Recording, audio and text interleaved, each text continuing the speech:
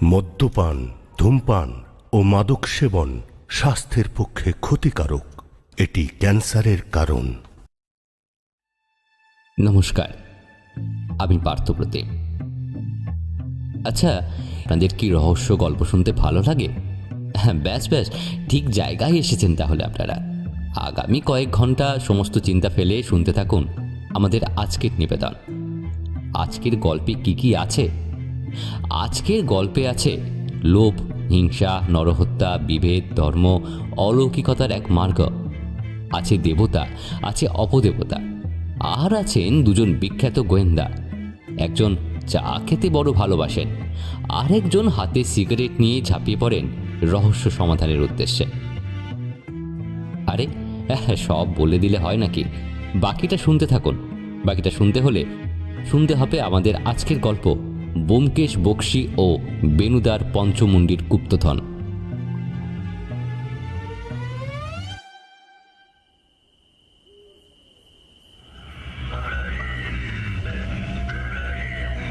চারপাশটা ভীষণ অন্ধকার, মাঝখানে শুধু একটা হোমকুণ্ডের মধ্যে প্রজ্বলিত লেলিহান আগুনের শিখা। তার আলোতেই চারপাশে যেটুকু দেখা যাচ্ছে তাতেই সবকিছুই রক্তাভ দেখাচ্ছে আগুনের শিখায়। একটা ভয়ঙ্কর গা ছমছম করা ভাব, চারিদিক একেবারে নিস্তব্ধ। হোমকুণ্ডের পাশে বসে আছেন একজন কাপালিকের মতো মানুষ, খোলা জটা মাটিতে লুটিয়ে। পেশি বহুল দীর্ঘদেহী মানুষটা একবার চারপাশে চোখ বুলিয়ে নেয়, আহতের সামগ্রী সব ঠিক আছে কিনা। ওনার ডান হাতের পাশে রাখা আছে বিরাট খড়গ, আর ওটা দিয়েই উনি বলি দেবেন ওনার আরাধ্যা মা মহাকালীর চরণে। বলি সামগ্রীও প্রস্তুত। আজকে মহাগুরু ত্রিবক্র ভৈরবের কাছে তান্ত্রিক দীক্ষা নেবেন ভাবী জমিদার শিবপ্রতাপ মল্লিক। অঘরী সাধক ভৈরব সাধু বাবা আজ রচনা করবেন ওনার জন্যই পঞ্চমুণ্ডির আসন। তার জন্য বলির অর্ঘ্য প্রস্তুত।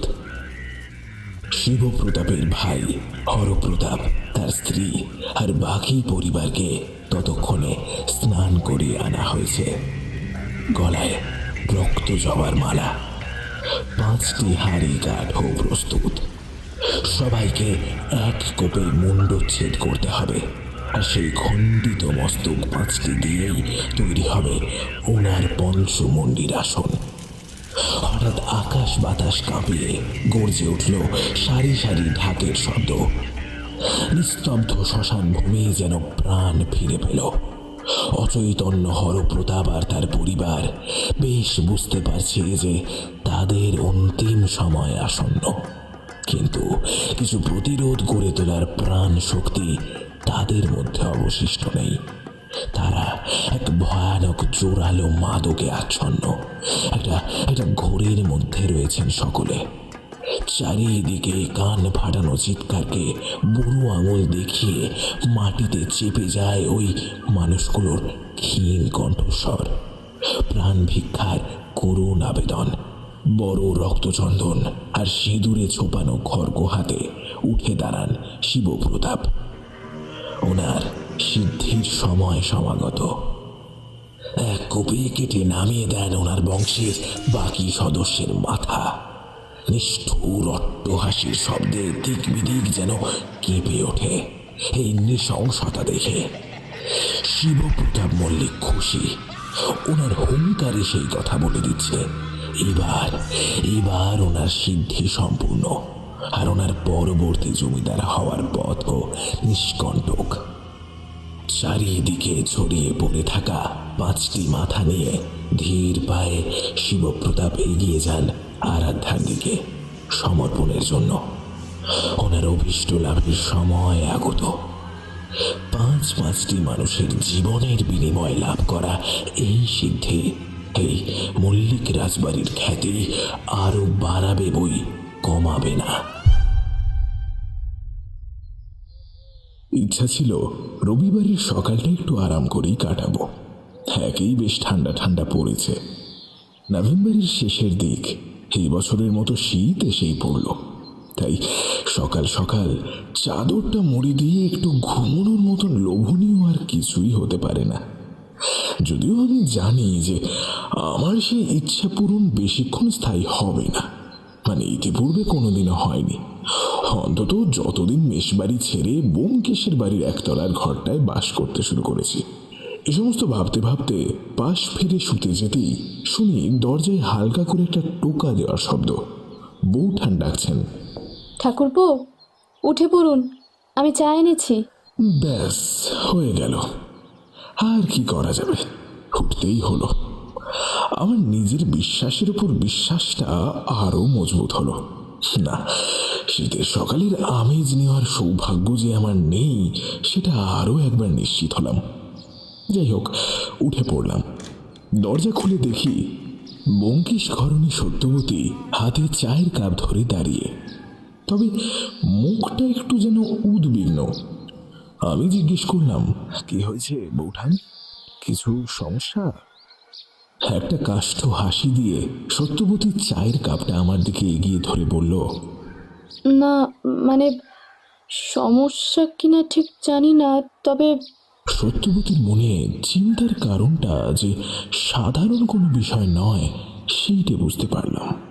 তার মিনিট খানিক পরেই, আসলে আপনার বন্ধু আজ সকালে উঠেই কোথায় যেন বেরিয়ে গেছে আমার ঘুম থেকে ওঠার আগেই, আর টেবিলে একটা চিরকুট লিখে রেখে গেছে। বলে একটা সাদা কাগজের টুকরো বৌঠান আমার দিকে এগিয়ে ধরল। তাতে ব্যোমকেশের হাতের লেখা স্পষ্ট।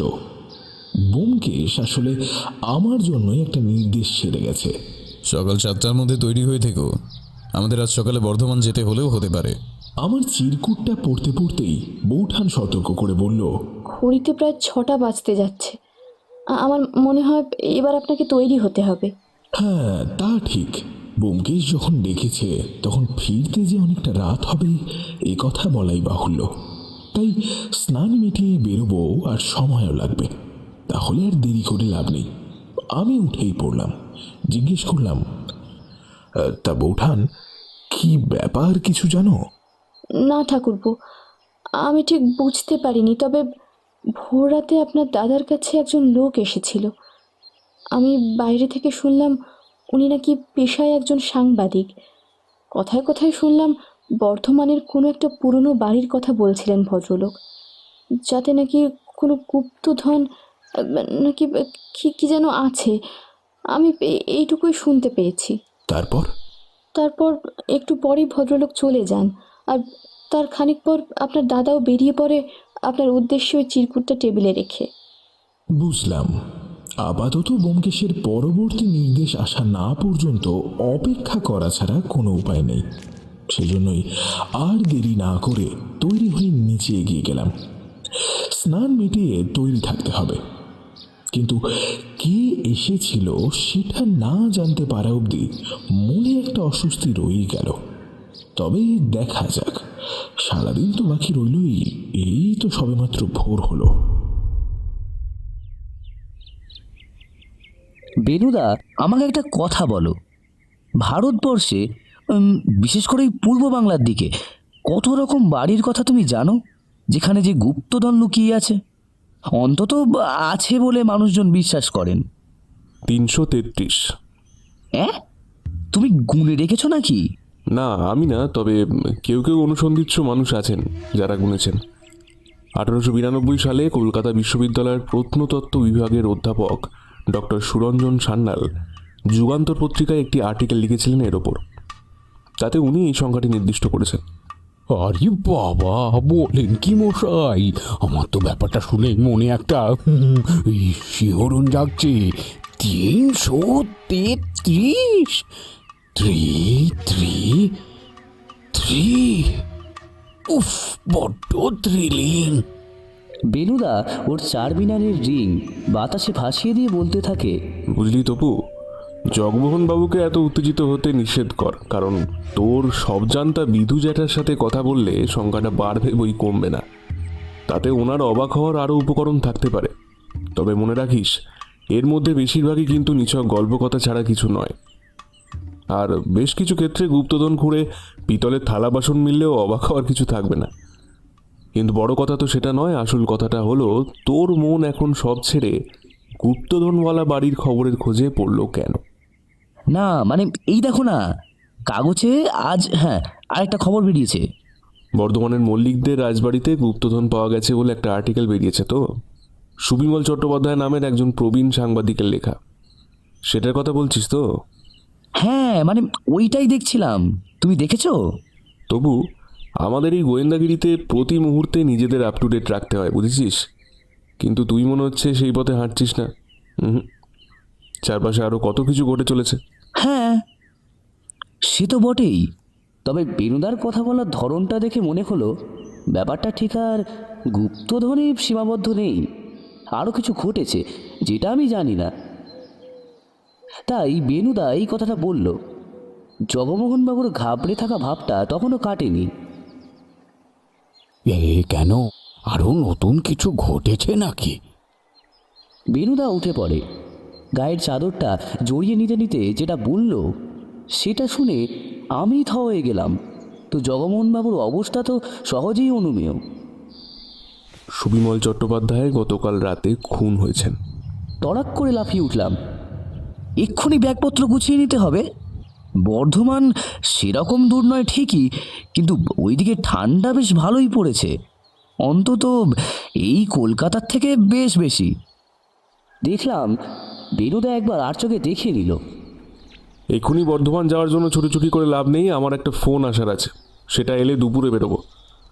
আর জগমোহনবাবু যদি যেতে চান তাহলে আমাদের সাথে ঝুলে পড়তে পারেন। আচ্ছা বেনুবাবু, তবে এটা আসলে কিসের অনুসন্ধান আপনি করছেন? মানে আমি জানতে চাইছি, গুপ্তধনের নাকি মার্ডার? আপনাকে কে বললো আমি এই কেসটা অনুসন্ধান করছি? না মানে সে তো আপনি করছেনই, মানে যাকে বলে এই ব্যাপারে আমি নিশ্চিত, আমার ষষ্ঠ ইন্দ্রিয় সেই রকমই বলছি।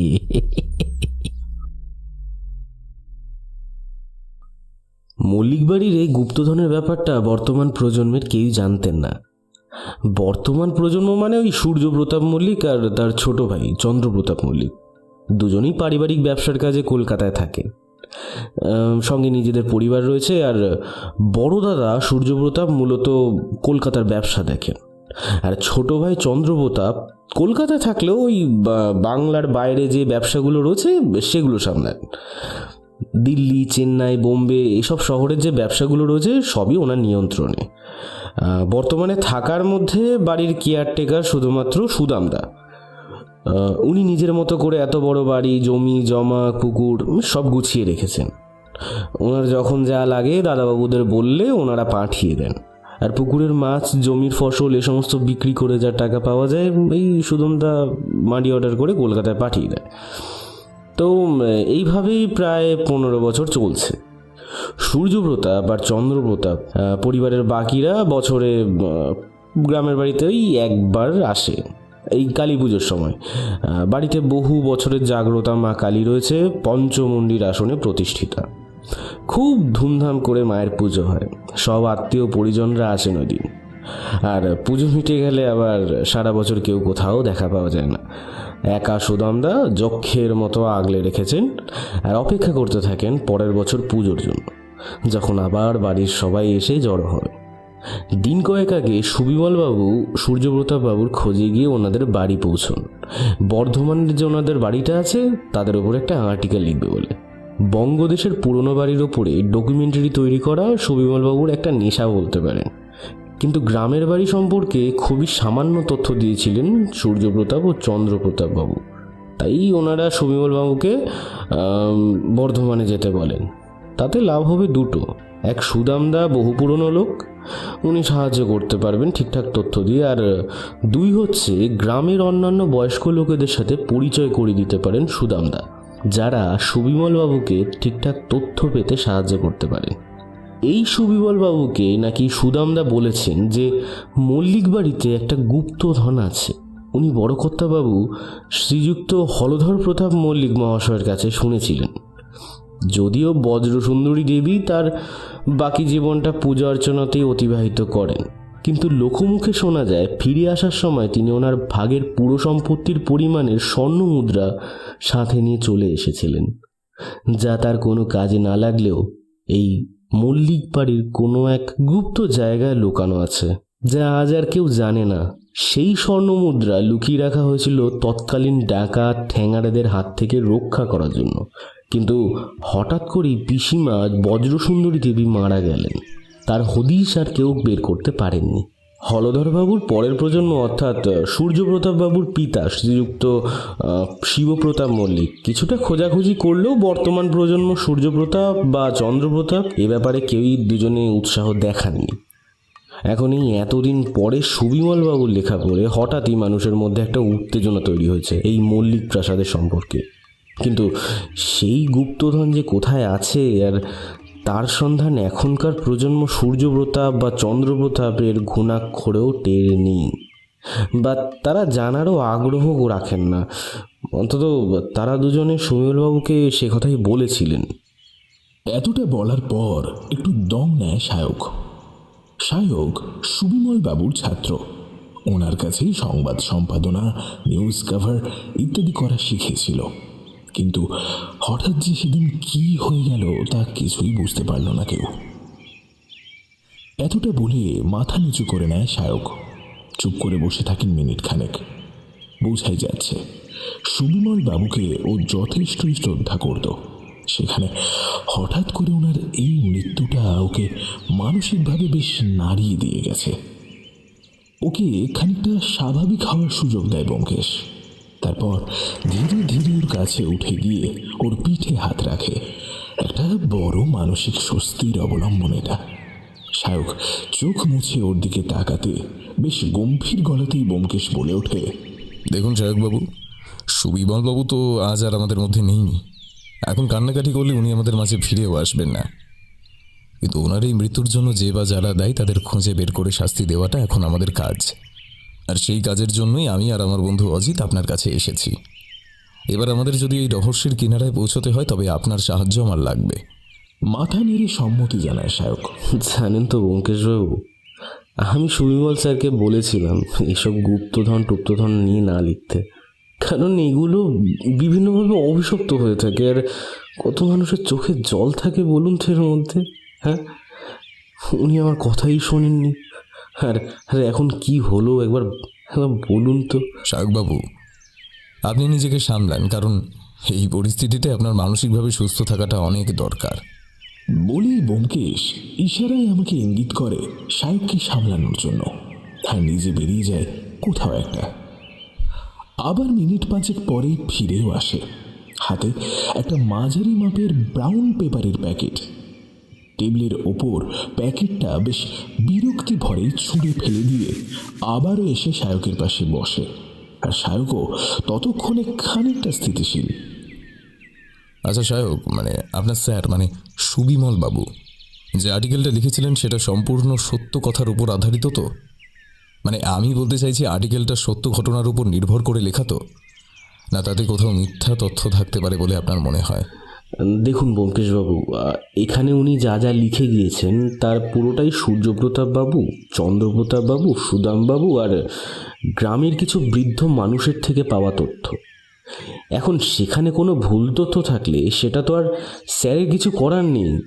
তবে হ্যাঁ, এটা আমি আপনাকে নিশ্চিত করে বলতে পারি, সুবিমল স্যারকে আমি যতদূর চিনি উনি জ্ঞানত কোনো মিথ্যে তথ্য পরিবেশন কিন্তু করেন না। ঠিক আছে সায়কবাবু, আপনি এখনও যথেষ্ট মানসিকভাবে বিপর্যস্ত, তাই আপনাকে এখনই আমি কিছু বলছি না। এখন আপনি বিশ্রাম নিন। তবে আমার মন বলছে আপনার মনের এই বিশ্বাসটা অচিরেই ভাঙতে চলেছে। সায়কবাবু ঘর থেকে বের হয়ে গেলে আমি ব্যোমকেশের কাছে গিয়ে জিজ্ঞেস করলাম, এই ব্যোমকেশ, কি হয়েছে বলো তো? তুমি কোথায় গিয়েছিলে? আর ফিরে আসার পর তোমাকে যথেষ্টই উত্তেজিত দেখাচ্ছিল। আর ওই খামটার মধ্যে কি আছে? নিজেই পড়ে দেখো। বলে ব্যোমকেশ খাম থেকে একটা চিঠি বের করে আমার হাতে দিয়ে বলল, চিঠিটা সুবিমল চট্টোপাধ্যায়ের লেখা, ওনারই পত্রিকার সম্পাদক মহাশয়কে। আর পত্রিকার সম্পাদক মহাশয় চিঠিটি ব্যোমকেশকে পাঠিয়েছেন। বর্ধমান প্ল্যাটফর্ম থেকে দুটো রিক্সা নিয়ে উঠে পড়া হলো। যত তাড়াতাড়ি সম্ভব সার্কিট হাউসে পৌঁছানোটা দরকার।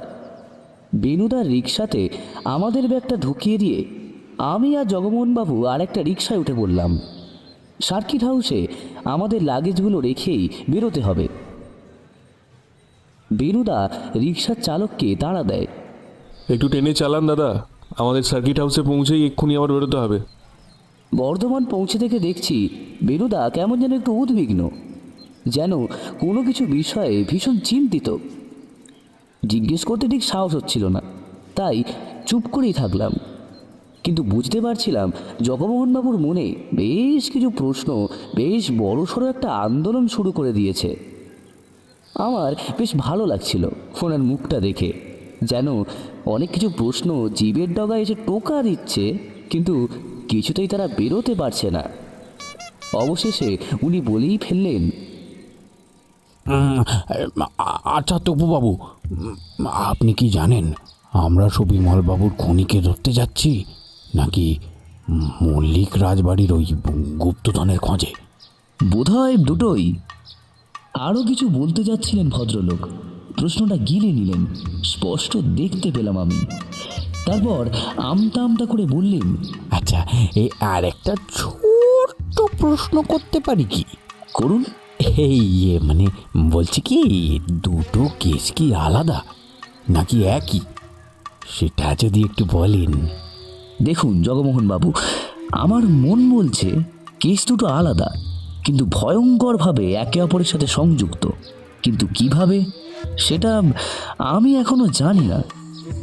বেনুদাকে দেখলাম ওনার সব কথাই শুনতে পেয়েছে, একটু হালকা এসে বলল, চিন্তা করবেন না জগমোহনবাবু, জ্বরটা একবার ছাড়িয়ে ফেলতে পারলে সামনের বইমেলায় দুটো পৃথক রহস্য উপন্যাস হয়ে যাবে। মন্দ নয়, বলুন। বলতে বলতেই দেখলাম সার্কিট হাউস এসে গেছে।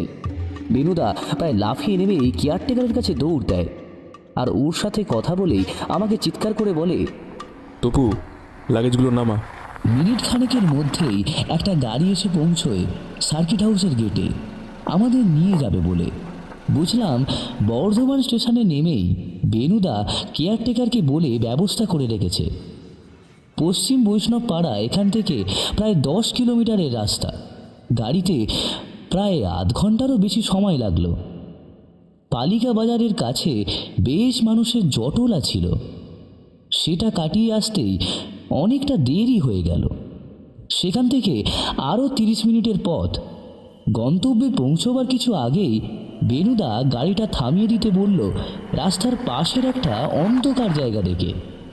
ড্রাইভারকে বলল গাড়ির হেডলাইট নিভিয়ে দিতে আর অন্ধকার জায়গাটায় দাঁড়িয়ে থাকতে। তারপর ধীর পায়ে গাড়ি থেকে নেমে সামনের গলিটার দিকে এগিয়ে যেতে লাগলো। আমাদের দুজনকে বলে দিয়েছে আমরা যেন না নামি, গাড়িতেই অপেক্ষা করতে। একটু পরেই গলিটার ভেতর দিক থেকে গুরুম করে একটা গুলির শব্দ রাতের নিস্তব্ধতাকে খান খান করে চারিদিকে ছড়িয়ে পড়ল। দূর থেকে কিছু কুকুর বিকটভাবে ডেকে উঠল ওই গুলির শব্দটারই পর। গাড়ির ড্রাইভারকে জিজ্ঞাসা করে জানলাম ওই রাস্তা বরাবর একটু এগোলেই মল্লিকদের পুরনো প্রাসাদ। সেটা শুনেই যেন আমার মনটা ভীষণভাবে খারাপ করছিল। বেনুদার কোনো বিপদ হলো না তো? নিজের বুকের ভেতরের শব্দ তখন পরিষ্কার শুনতে পাচ্ছি। মিনিট খানেকের মধ্যেই বেনুদার গলার স্বর শুনতে পেলাম বলে মনে হলো। আমার নাম ধরে ডাকছে, তপু, তপু। আর বার দুয়ে খেয়াল করেই বুঝলাম ডাকটা গলির ভেতর থেকে আসছে। আর আর আমি ঠিকই শুনেছি, বেনুদা ডাকছে। তখনই নেমে এলাম গাড়ি থেকে। জগমোহনবাবুও নামতে যাচ্ছিলেন, আমি বারণ করলাম। আগে পরিস্থিতিটা আন্দাজ করা দরকার, তারপর না হয়। একটু এগিয়ে গিয়ে দেখলাম বেনুদা কোনো একজন মানুষকে ধরে ধরে নিয়ে আসছে গাড়ির দিকে। আবছা অন্ধকারে যতটুকু বুঝতে পারলাম তাতে মানুষটি বেশ বৃদ্ধ বলেই মনে হলো। কে ইনি যাকে বেনুদা ধরে ধরে বের করে আনছে? তাহলে কি একটু আগে যে গুলি চলার আওয়াজটা হলো সেটা এনারই লেগেছে? এক ছুটে এগিয়ে গেলাম ওদের দিকে। আচ্ছা, আপনার দাদুর পিসিমা মানে ব্রজ সুন্দরী দেবীর কোনো সন্তানাদি কেউ নেই? মাথা নাড়েন চন্দ্রপ্রতাপ। না, আমরা শুনেছি পিসি ঠাকুমা তো খুব অল্প বয়সেই বিধবা হয়ে এখানে চলে আসেন, আর তারপর থেকে পুজো আচ্চা নিয়েই বাকি জীবনটা কাটিয়ে দেন। বুঝলাম। তার মানে এই ব্রজ সুন্দরী দেবীর গুপ্তধন যদি সত্যি থেকে থাকে তাহলে তার বর্তমান মালিকও আপনারাই, আর কোনো বংশধর আপনাদের নেই, তাই তো? চন্দ্রপ্রতাপ বাবু আবারও মাথা নাড়লেন। একদমই তাই, কিন্তু বিশ্বাস করুন ব্যোমকেশ বাবু, এই গুপ্তধন আছে কিনা এই ব্যাপারে আমার কোনো আগ্রহ নেই। কারণ আমি বিশ্বাস করি যে সম্পত্তি আমি নিজ পরিশ্রমে অর্জন করিনি তার উপর আমার অন্তত কোনো অধিকার নেই। তবে এটা সম্পূর্ণভাবেই আমার ব্যক্তিগত মত, দাদার কথা দাদা বলতে পারবে। ব্যোমকেশ এবার সূর্যপ্রতাপ বাবুর দিকে ফিরে বলল, আপনার কি একই মত সূর্যপ্রতাপ বাবু? কেমন যেন একটা ঘোরের মধ্যে ছিলেন সূর্যপ্রতাপ। ব্যোমকেশের কথায় হঠাৎ ওনার সম্বিত ফেরে। হ্যাঁ হ্যাঁ, কিছু বললেন ব্যোমকেশবাবু? আমি এতক্ষণ ধরে বেশ খেয়াল করে দেখেছি, চন্দ্রপ্রতাপ বাবুর সাথে কথা বললেও ব্যোমকেশ কথা বলার মাঝে বারবার সূর্যপ্রতাপ বাবুর উদাসীন ভাবটা লক্ষ্য করেছে। এদিক ওদিক তাকিয়ে সূর্যপ্রতাপ বাবু আন্দাজ করে নেন কি বিষয়ে ওরা আলোচনা করছে। তিনি কে? কার কথা বলছেন? আপনার পিসি ঠাকুমার কোনো উত্তরসূরি? না, তা নয়।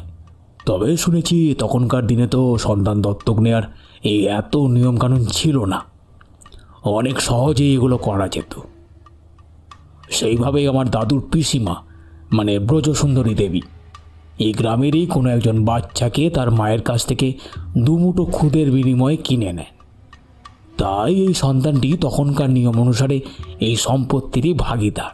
তিনি বা তার পরিবার কোথায় থাকেন আপনি জানেন কি চন্দ্রপ্রতাপ বাবু? আপনি কিছু জানেন? না, আমি জানি না, আর হয়তো সুদামদা জানতে পারে, এতদিনের মানুষ তো। চন্দ্রপ্রতাপ বাবুর বিরক্তির ভাব স্পষ্ট। এবার সূর্যপ্রতাপ বাবু বলে যান, না, সুদামদাও জানতেন না। আমি ওনাকে জিজ্ঞেস করে দেখেছি, উনি বলতে পারেননি। আর ব্রজসুন্দরী দেবী যখন মারা যান তখন সুদামদার বয়স ছিল ওই 3.5 কি 4। তাই এত বছর পর তার পক্ষে মনে রাখাটা সত্যি অসম্ভব। আচ্ছা সূর্যপ্রতাপ বাবু, আর কেউ কি থাকতে পারেন যিনি আমাদের এই ব্যাপারে সাহায্য করতে পারেন? না সূচক মাথা নাড়েন সূর্যপ্রতাপ। উনি জানেন না। তাহলে যদি ধরে নেওয়া হয় যে গুপ্তধন আছে আর তা খুঁজেও পাওয়া গেল, তাহলে কিন্তু সেই সম্পত্তি উত্তরাধিকার খুঁজে না পাওয়ার কারণে সরকার বাজেয়াপ্ত করতে পারে।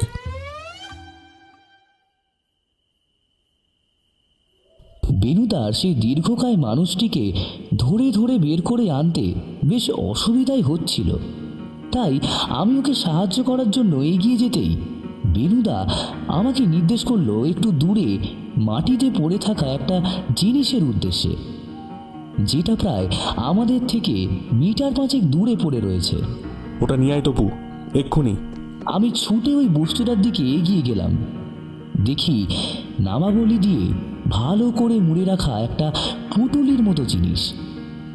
ভিতরে কি আছে বুঝবার উপায় নেই, তবে বেশ ভারী।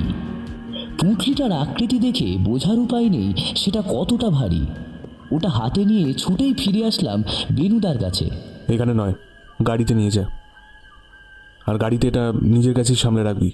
বুঝলাম বেনুদার কাছে জিনিসটার মূল্য বেশ ভালোই, তাই ওই পুঁটলিটা সামনে রাখতে বলছে। একবার বলতে গেলাম, আমি কি এটা গাড়িতে রেখে আসবো? বেনুদার মুখের ভাব দেখে চুপ করে গেলাম।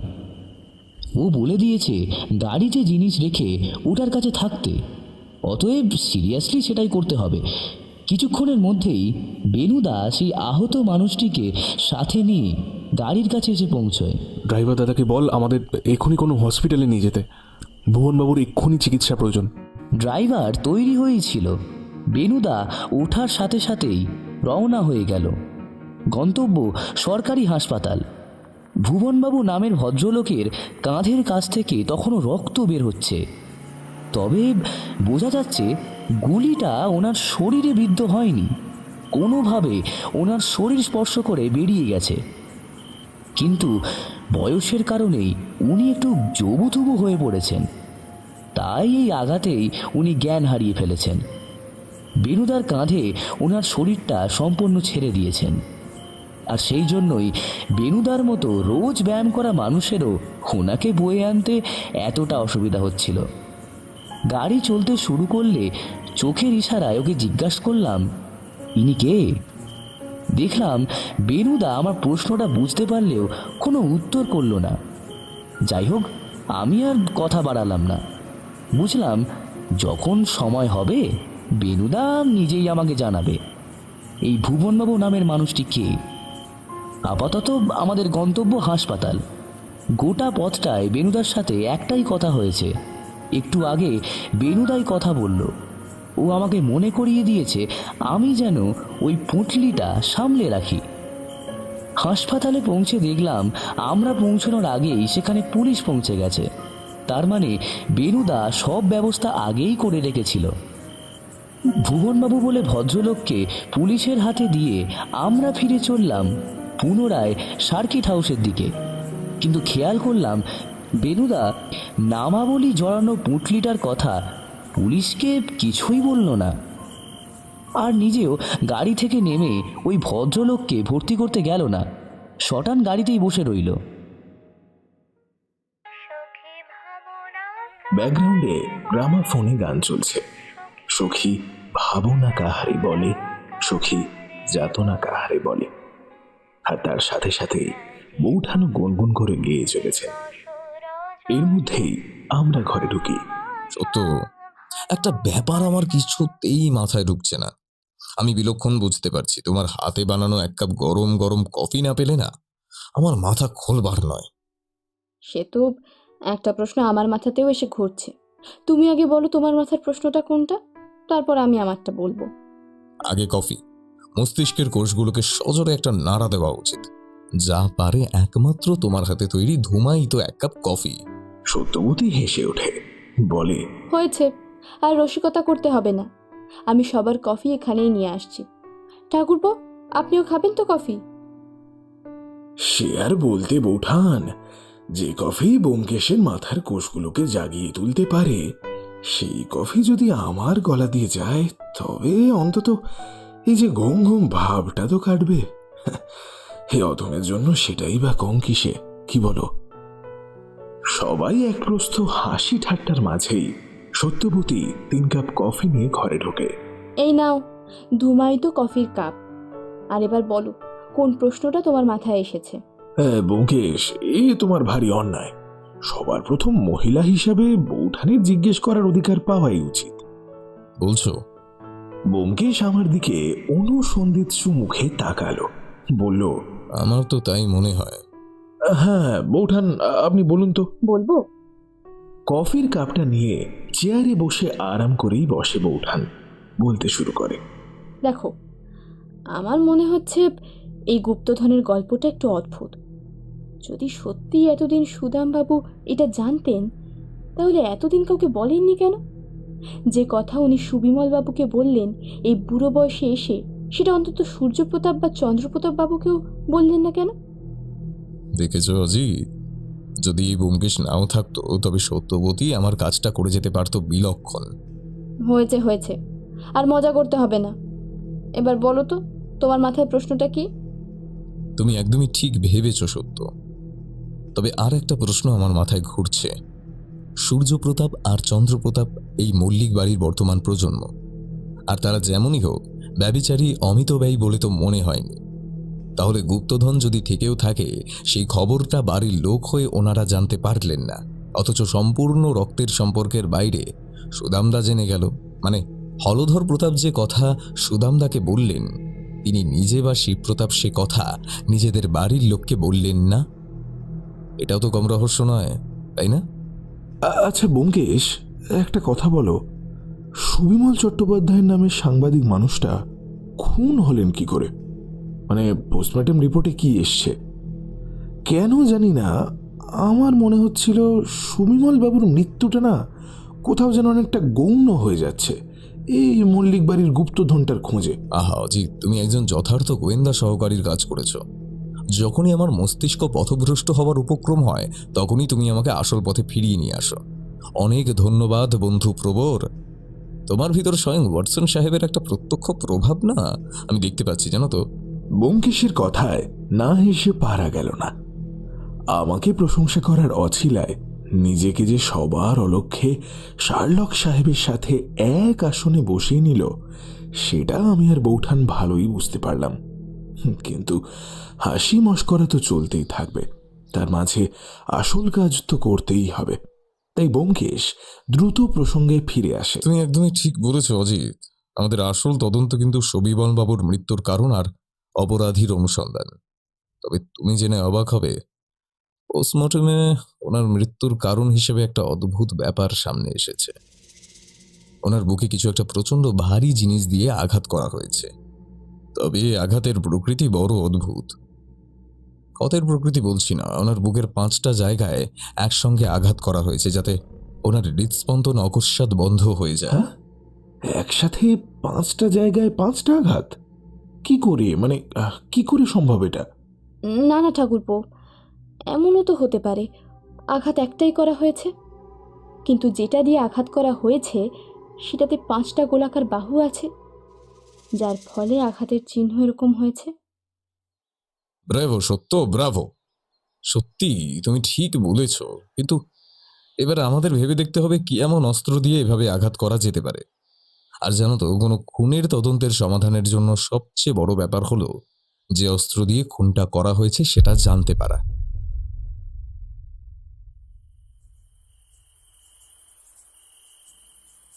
সার্কিট হাউসে ফিরেই বেনুদা আরেকবার থানায় ফোন করে। ভুবনবাবুর শরীরের খোঁজ নিয়ে নেয়। ফার্স্ট এড হয়েছে, ডাক্তারবাবু বলেছেন ওনাকে রেস্ট নিতে। আশা করা যাচ্ছে আগামীকাল সকালে হয়তো ভুবনবাবু একটু সুস্থ হয়ে উঠবেন, যাতে ওনার সাথে কথা বলা যেতে পারে। বেনুদা, এই ভুবনবাবু মানুষটিকে কে তো জানি না, তবে আমি যখন মল্লিকদের রাজবাড়ির দিকে এগোচ্ছিলাম তখন আগে থেকেই উনি ভিতরে ছিলেন, আর ভিতরে কারোর সাথে ওনার চাপা কথা কাটাকাটি হচ্ছিল। ওদের কথা শুনেই বুঝলাম ওনার নাম ভুবন। যতদূর শুনেছি এই বাড়িতে ভুবনবাবু বলে কোনো মানুষ আছে বলে তো মনে পড়ছে না। না, তুই ঠিকই বলেছিস তপু, ইনি এই মল্লিক বাড়ির কেউ নন। যদি খুব ভুল না করি, এনার পোশাক আশাক দেখে মনে হচ্ছে ইনি হয়তো ওই বাড়ির মন্দিরের পুরোহিত। আচ্ছা বেনুদা, সেই যে কেয়ারটেকার ভদ্রলোক, কি যে নাম যেন? সুদাম দা। হ্যাঁ হ্যাঁ হ্যাঁ, সুদাম। সেই লোকটা কোথায়? আমার আর তর সইছিল না। জানলা দিয়ে স্থির দৃষ্টিতে বাইরে তাকিয়েছিল বেনুদা। বুঝলি তপু, এই বেশে সুদামদা নামের লোকটা ইম্পর্টেন্ট নন। ইম্পর্টেন্ট হলো সেই লোকটা যে এই গুপ্তধনের খবরটা তৈরি করেছে। গুপ্তধনের খবর তৈরি করা? তার মানে তুমি বলছো গুপ্তধন নেই? না, আমি তো তা বলিনি। তবে ট্রেনে আস্তে আস্তে আমি সান্যালবাবুর লেখা বইটি পড়েছি। উনি লিখেছেন উনি এই ডকুমেন্টারি তৈরি করার সময় হলধর প্রতাপ বাবুর সাথে কথা বলেছিলেন। ওনাকে হলধর প্রতাপ বাবু বলেছিলেন একটা অদ্ভুত কথা। কি কথা? উনি বলেছিলেন ব্রজসুন্দরী দেবীর গুপ্তধন আসলে একটা আশীর্বাদ, যেটা নাকি রাতারাতি ওনাদের পরম বৈষ্ণব রাধা গোবিন্দের উপাসক থেকে পরিণত করে শাক্ততান্ত্রিকে। খুব গোলমেলে লাগছে রে কথাটা। তৎকালীন বাংলাদেশে শাক্ততান্ত্রিক পুজো পদ্ধতির ওপর ভক্তি আন্দোলনের প্রভাব বিস্তারের অনেক উদাহরণ শোনা যায়, কিন্তু এক্ষেত্রে তো ব্যাপারটা পুরো উল্টো। তাও সেটা নাকি কারো লুকিয়ে রাখা গুপ্তধনের কারণে। এই জায়গাটাই হিসেবটা ঠিকঠাক মিলছে না, বুঝলি? মানে এই গুপ্তধন কারোর ধর্ম, বিশ্বাস এসব আবার পরিবর্তন করতে পারে নাকি? হলধর প্রতাপ মল্লিক তো সেরকমই বলেছিলেন। কি জানি, আমার ব্যাপারটা কিছুতেই মাথায় ঢুকছে না। এটা কি করে সম্ভব? এখানেই শেষ নয় তপু, আর একটা ব্যাপার আছে। কি ব্যাপার? কি রকম ব্যাপার বলে আপনার মনে হয় জগমোহন বাবু? দেখুন, এই ব্রজ সুন্দরী দেবীর গুপ্তধন মল্লিক বাড়ির ধর্মবিশ্বাস পরিবর্তন করে বৈষ্ণব থেকে শাক্ততান্ত্রিক করে দিল, অথচ ব্রজ সুন্দরী দেবী নিজে মৃত্যুর দিন পর্যন্ত রাধা গোবিন্দের সেবা করে গেলেন, বৈষ্ণব পুজো পদ্ধতি মেনেই। তাছাড়া রাজবাড়ির মন্দিরে শেষ জীবনটা উনি কাটিয়েছেন, সেটাও কিন্তু বৈষ্ণব পুজো পদ্ধতি মেনেই। তাহলে হলধর প্রতাপ আর শিব প্রতাপ হঠাৎ তান্ত্রিক হয়ে গেলেন কেন? যদি না এদের অন্য কোনো উদ্দেশ্য থাকবে, ব্যাপারটা ভীষণ গোলমেলে লাগছে। প্রশ্নটা শুনে বেনুদা কেমন যেন গম্ভীর হয়ে গেল। একটা কোনো প্রশ্ন ওকে তাড়িয়ে বেড়াচ্ছে, যেটার উত্তর এই মুহূর্তে ওর জানা নেই। বুঝলাম যতক্ষণ না এই উত্তর ওর মগজাস্ত্র খুঁজে পাবে ততক্ষণ বেনুদা স্থির হতে পারবে না। আচ্ছা বেনুবাবু, আরও একটা গল্প শোনা যায় কিন্তু। শাক্ত ধর্ম অবলম্বন করেই ওরা নাকি ওই নিজে হাতে পরিবারের বাকি মানুষদের মা মহাকালীর চরণে বলি দিয়েছিল। এটা কতটা সত্যি বলে আপনার মনে হয়? দেখুন জগমোহনবাবু, পারিবারিক ইতিহাস বললে সম্পত্তির লোভে খুনের ইতিহাস তো কম নেই। তবে সেটার সঙ্গে বৈষ্ণব বা শাক্ত ধর্মবিশ্বাস জুড়ে সব গন্ডগোল করে দিয়েছেন এনারা। কিন্তু আপনার কি মনে হচ্ছে এই গল্পটা ঠিকই নয়? জগমোহনবাবু যেন কিছুতেই মন থেকে মানতে পারছেন না ব্যাপারটা। বেশ জোরে জোরে মাথা নাড়াতে থাকলেন।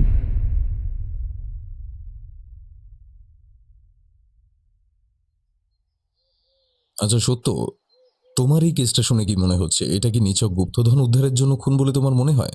কি যে বলো, তুমি আছো, ঠাকুরপো আছেন, আবার তুমি তো বললে বেনুদা বাবুর সাথে তোমার কথা হয়েছে, উনিও যাচ্ছেন এই কেসটার ব্যাপারে। সেখানে আমি আর না সত্য, তুমি বলো।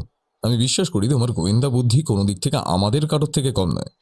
তুমি বলো তোমার কি মনে হয়? ব্যোমকেশের থেকে উৎসাহ পেয়ে বৌঠান খাটে উঠে খাটের কোণায় বেশ জুত করে বসে পড়ল।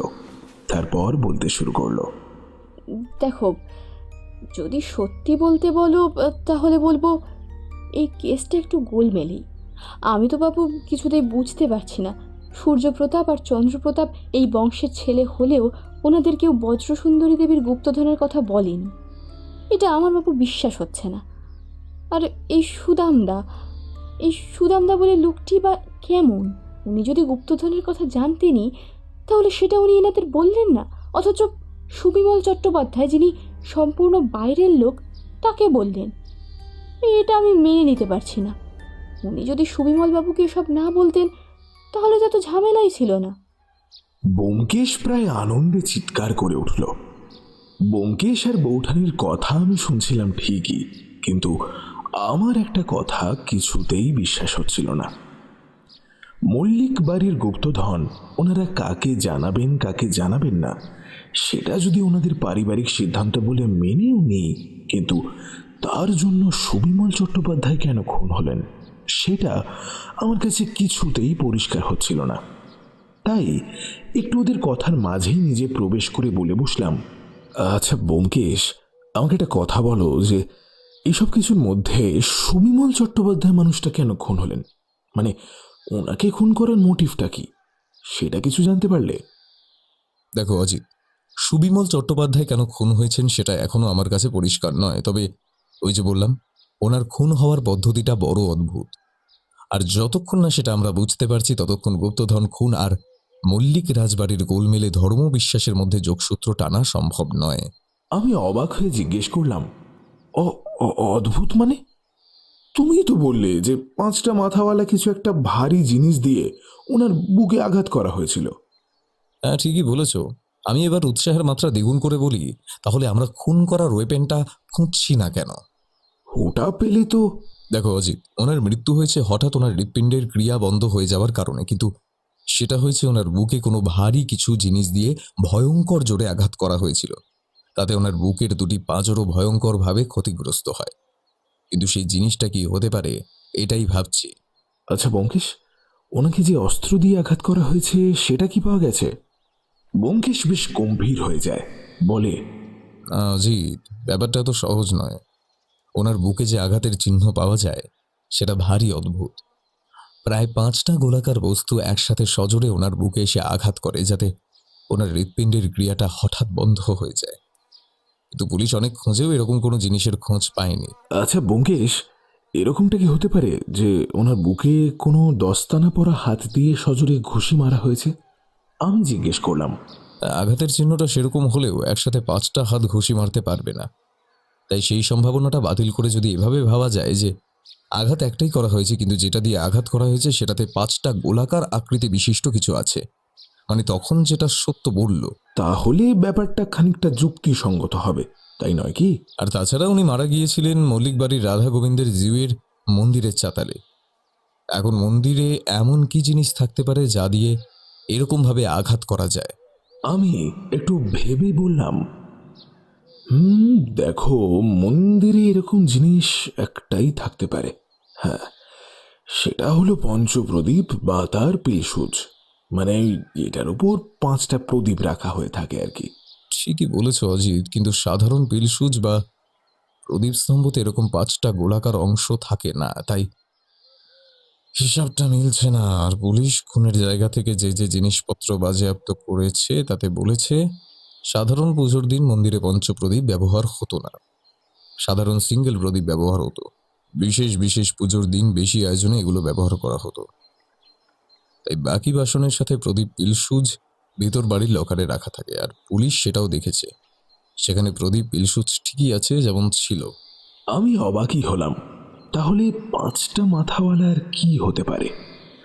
আমার তো আর কিছুই মাথায় আসছিল না। হ্যাঁ, এটা ঠিক, কিন্তু এরকম আর কি জিনিস হতে পারে কিছুতেই মাথায় আসছে না। যাই হোক, ঠিক তখনই আমাদের জন্য জল খাবার এসে পৌঁছলো। খেয়ে দিয়ে তৈরি হয়ে নিতে হবে। 7টায় বর্ধমান যাওয়ার পরিকল্পনাটা আপাতত স্থগিত করে 12টায় করা হয়েছে। ব্যোমকেশই পরিকল্পনায় এই পরিবর্তনটা করেছে। বলল ওর নাকি সকালে কি একটা চিঠি আসার আছে, সেটা হাতে এসে পৌঁছলে তারপরেই বেরোবে। তবে চিঠিটা কোথা থেকে আসবে জিজ্ঞেস করায় কিছুই বলল না ও। ঘড়িতে সন্ধ্যা 7টা। আসুন আসুন বেণুবাবু, আপনার বন্ধু অনেকক্ষণ আপনার জন্য এখানে অপেক্ষা করে আছেন। বলেই হেসে এগিয়ে আসেন থানার দারোগা মিস্টার অবিনাশ বটব্যাল। ওনাকে এগিয়ে আসতে দেখে বেনুদাও হেসে এগিয়ে এসে হাত মেলায়। এক্সট্রিমলি সরি অবিনাশবাবু, আমি একটু দেরি করে ফেললাম। আসলে এখানে আসার আগে একজন অবিনাশবাবুর পাশেই দাঁড়িয়েছিলেন ব্যোমকেশ। বেনুদাকে দেখে হেসে উনিও হাত বাড়িয়ে দিলেন। আহা, আজ আমার কি সৌভাগ্য, দুইজন বিখ্যাত গোয়েন্দা আজ একই সঙ্গে আমার থানায়। হেসে ওঠে বেনুদা। দেখুন অবিনাশবাবু, এটা আপনার সৌভাগ্য কিনা জানি না, কিন্তু আমার অবশ্যই সৌভাগ্য, কারণ অনেক দিন পর আমার এই বন্ধুটির সাথে দেখা হল। তা যা বলেছ বেনুদা, আমরা দুজনেই আদ্যান্ত কলকাতাবাসী হলেও দেখা হলো এই বর্ধমানে এসে, তাও নয় নয় করে বছর 3 পর তো বটেই, তাই না? না, 2 বছর 11 মাস 27 দিন আর 4 ঘন্টা পর। আপনারা বসুন এখানে, একটু চা খান, আর আমি ওনাকে আনার ব্যবস্থা করি। আপনারা কথা বলবেন তো? জগমোহন বাবু আমাকে কনুই দিয়ে হালকা ঠেলা দেন। এই কার কথা বলছি গো? আরও কারুর এখানে আসার কথা আছে নাকি? সে আর বলতে, সেই জন্যই তো আসা। তবে বেনুদা, তোমার কি অন্য কোনো পরিকল্পনা আছে? আছে, তবে তার আগে একটা ব্যাপার অবিনাশবাবুর থেকে জেনে নেওয়াটা জরুরি। হ্যাঁ বলুন বেনুদাবাবু। আচ্ছা অবিনাশবাবু, এই ভুবনবাবু মানুষটাকে? উনি ভুবন মুখোপাধ্যায়, ওই মল্লিক বাড়ির মন্দিরের পুরোহিত। নিত্য পুজো উনি করেন সকাল সন্ধ্যায়, তারপর মন্দির বন্ধ করে ওনার ঘরে চলে যান। মন্দিরের পাশে ওনার ঘর, তবে বয়স হয়েছে, সাথে বোধহয় একটু আফিম টাফিম নেওয়ার অভ্যেস আছে, তাই রাতে আর কারোর সাথে দেখা করেন না। গ্রামের মানুষ ওনাকে খুব শ্রদ্ধা করে, সবার পুজো আচ্চা উনি করে দেন। যে সামর্থ্য মতো যা দক্ষিণা দেন উনি তাতেই খুশি, ওনার কোনো চাহিদা নেই। অবিনাশবাবুর কথার মাঝেই প্রায় ঝাঁপিয়ে পড়েন জগমোহন বাবু। আগে আমার একটা প্রশ্ন আছে, মানে এই ভুবন মুখুজ্জি কেমন ধারা ব্রাহ্মণ গো? অবিনাশবাবু ওনার কথার সূত্র ধরে এরকম কোনো প্রশ্ন একেবারেই আশা করেননি। কেমন যেন হকচকিয়ে গেলেন। কেমন ব্রাহ্মণ মানে?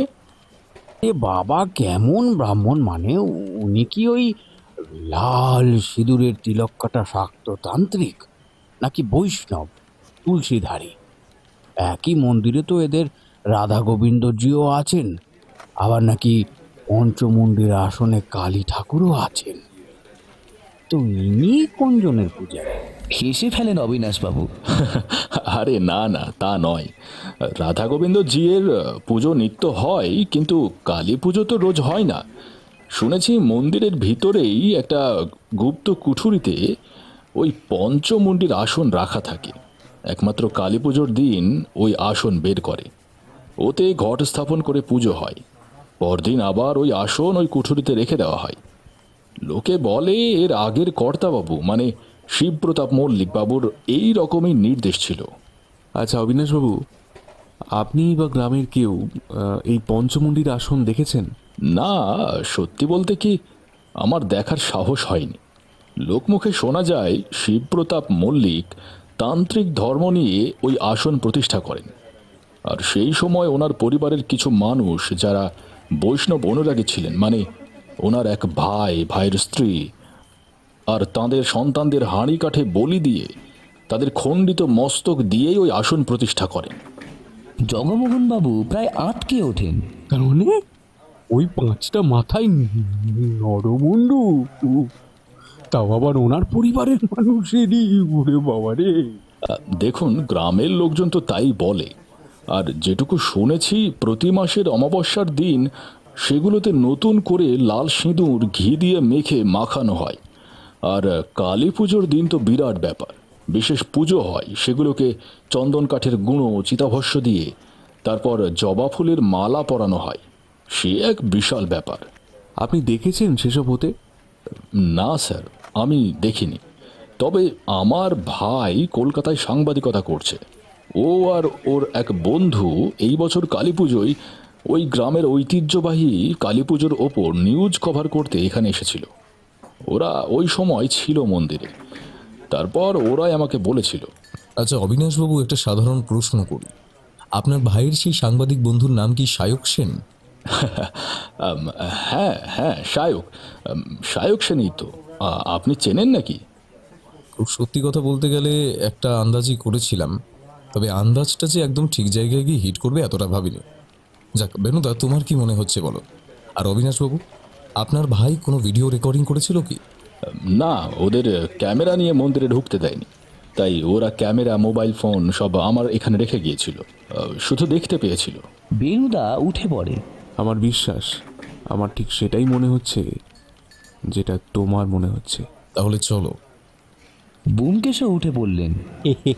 এই না মানে সবাই যাচ্ছেন আর আমি বাদ, বুঝতেই পারছি, কিন্তু আপনারা কোথায় যাচ্ছেন সেটা জানতে পারি?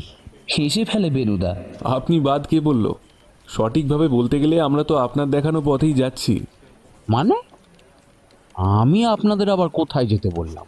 না, আপনি যেতে বলেননি ঠিকই, কিন্তু কোথায় যেতে হবে সেই দিক নির্দেশটা তো আপনি করলেন। এই মেরেছে, আমি কখন বললাম? আর বললামই বা যেতে কোথায়?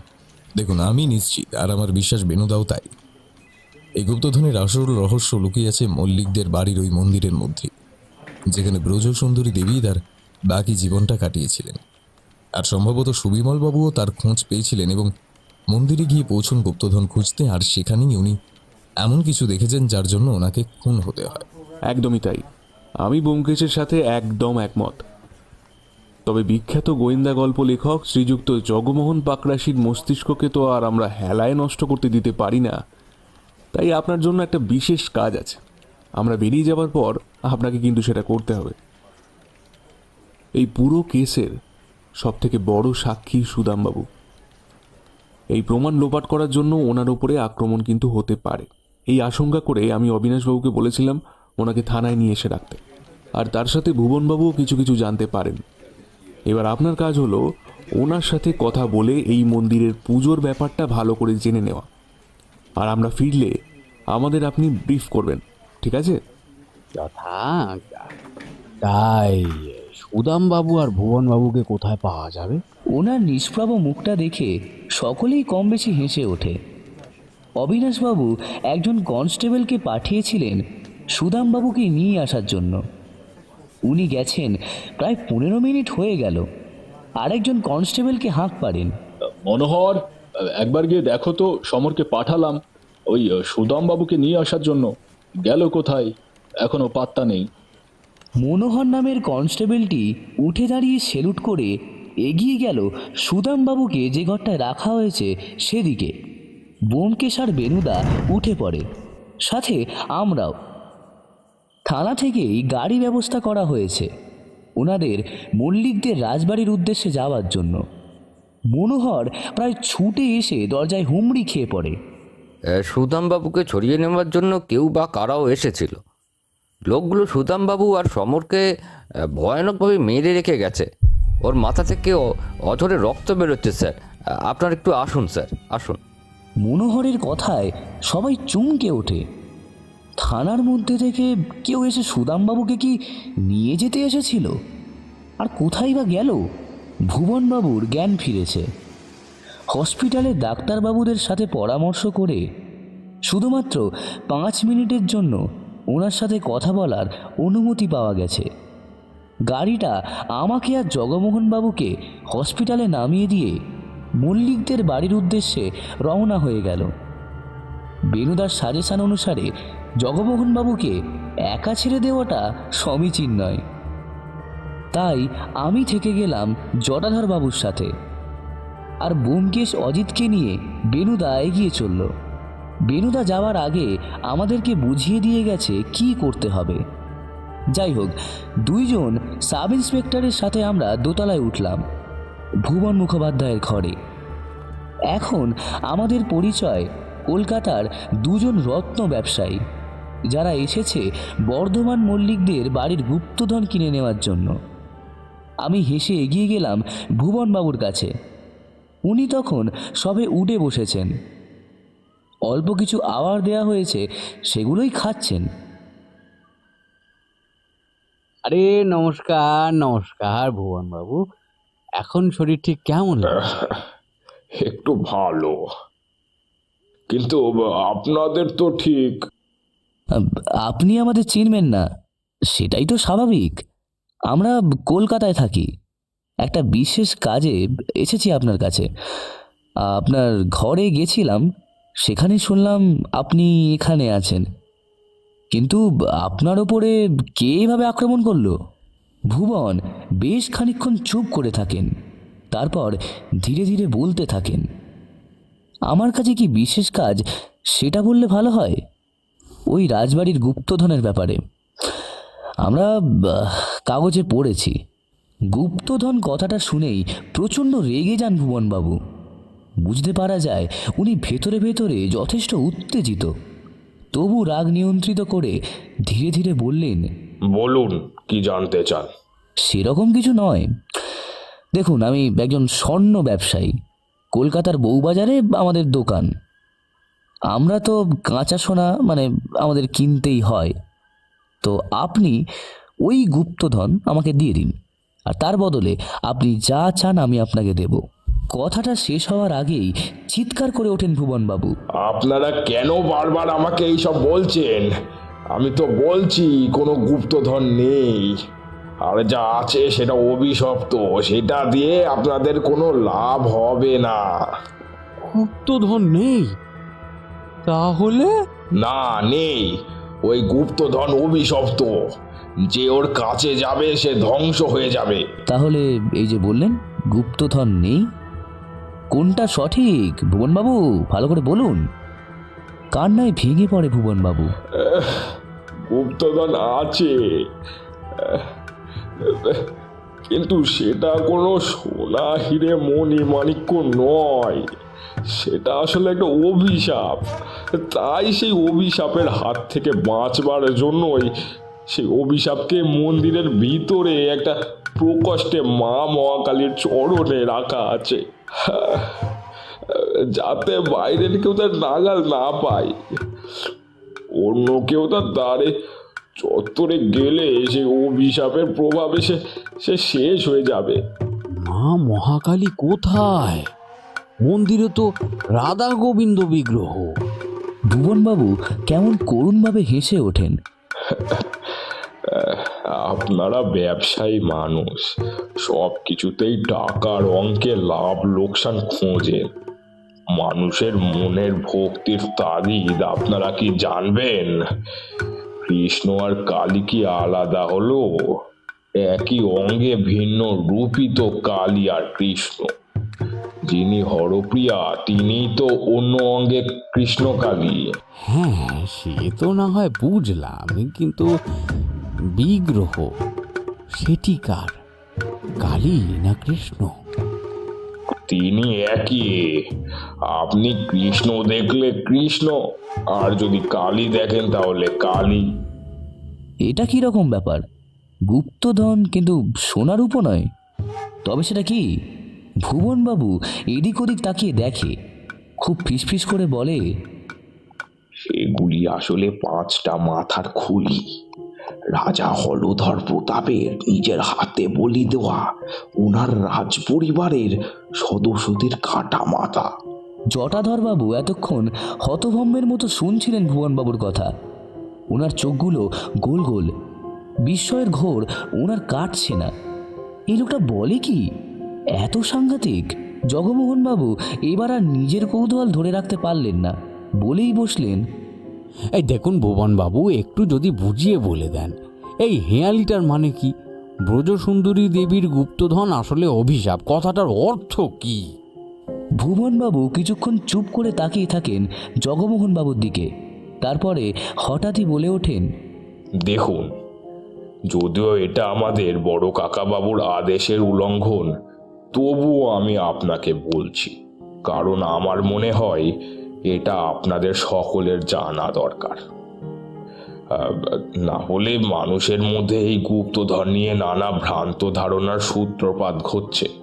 সকলে ভাবছেন এটা আসলে হিরে মণি মাণিক্য ভরা কোনো সম্পদ রাজি, কিন্তু আদতেও ওরকম কিছুই নয়। আরে বাবা, তাহলে গুপ্তধনটা কি? এই সমস্ত সম্পত্তির একমাত্র অধীশ্বর হওয়ার জন্য শিবপ্রতাপকে নিজের পথ নিষ্কণ্টক করতে হতো, আর সেই পথে ওনার বাধা ছিল ওনার ভাই হরপ্রতাপ আর তার স্ত্রী ও বাকিরা। সেই জন্যই উনি ওনার গুরু ত্রিবত্রু ভৈরবের মতামত নিয়ে একটা ফোন দিয়ে আঁটেন। শাক্ত ভৈরব তন্ত্রের দোহাই দিয়ে মানুষের মধ্যে এই বিশ্বাস নিয়ে আসেন ওনার ভাইরা আসলে পাপী, শয়তানি শক্তির উপাসক। গ্রামের মানুষদের ভালো করতে হলে ওনাদের হত্যা করতেই হবে। এইভাবে যারা মেনে নিয়ে ওনার পক্ষে এলো তারা রইল, আর যারা মানল না তাদের উনি নানা লোভ দেখিয়ে নিজের দলে নিয়ে চলে আসেন। অবশেষে কালী পুজোর দিন ওনাদের সবাইকে মায়ের সামনে বলি দেন উনি নিজ হাতে, আর সেই ছিন্ন করটির ওপর পাতা হয়েছিল ওনার পঞ্চমুণ্ডির আসন। আজও সেই আসন সযত্নে রক্ষিত মন্দিরে। ও, তাহলে ব্রজসুন্দরী দেবীর আনা গুপ্তধন এটা কোথায় গেল? এটাই এই অভিশাপের রহস্য। সেই দিনের সেই নরঘাতক ঘটনার পর থেকে আর কেউ কোনোদিন দেখেনি সেই স্বর্ণ মুদ্রার সম্ভার। যেন সেই সম্পদরাজি নিমেষে মিলিয়ে যায় কালের আবর্তে। কেউ আর কোনোদিন তার খোঁজ পাননি। ভুবনবাবু যথেষ্ট মানসিকভাবে উত্তেজিত হয়ে পড়েছেন দেখে ডাক্তারবাবুরা আর আমাদের ওনার সাথে কথা বলতে দিলেন না। ওনার বিশ্রাম প্রয়োজন। আমরা ধীরে ধীরে বেরিয়ে আসলাম হাসপাতাল থেকে। এক্ষুনি বেনুদাকে ব্যাপারটা জানাতে হবে, কিন্তু সেটা তো সম্ভব নয়। ওরা তো আমাদের নামিয়ে দিয়েই রাজবাড়ি চলে গেছে। একবার ভাবলাম সার্কিট হাউসে ফিরে যাই, তারপর ঠিক করলাম থানাতেই অপেক্ষা করি। বেনুদা আসলে ওখানেই কথা হয়ে যাবে।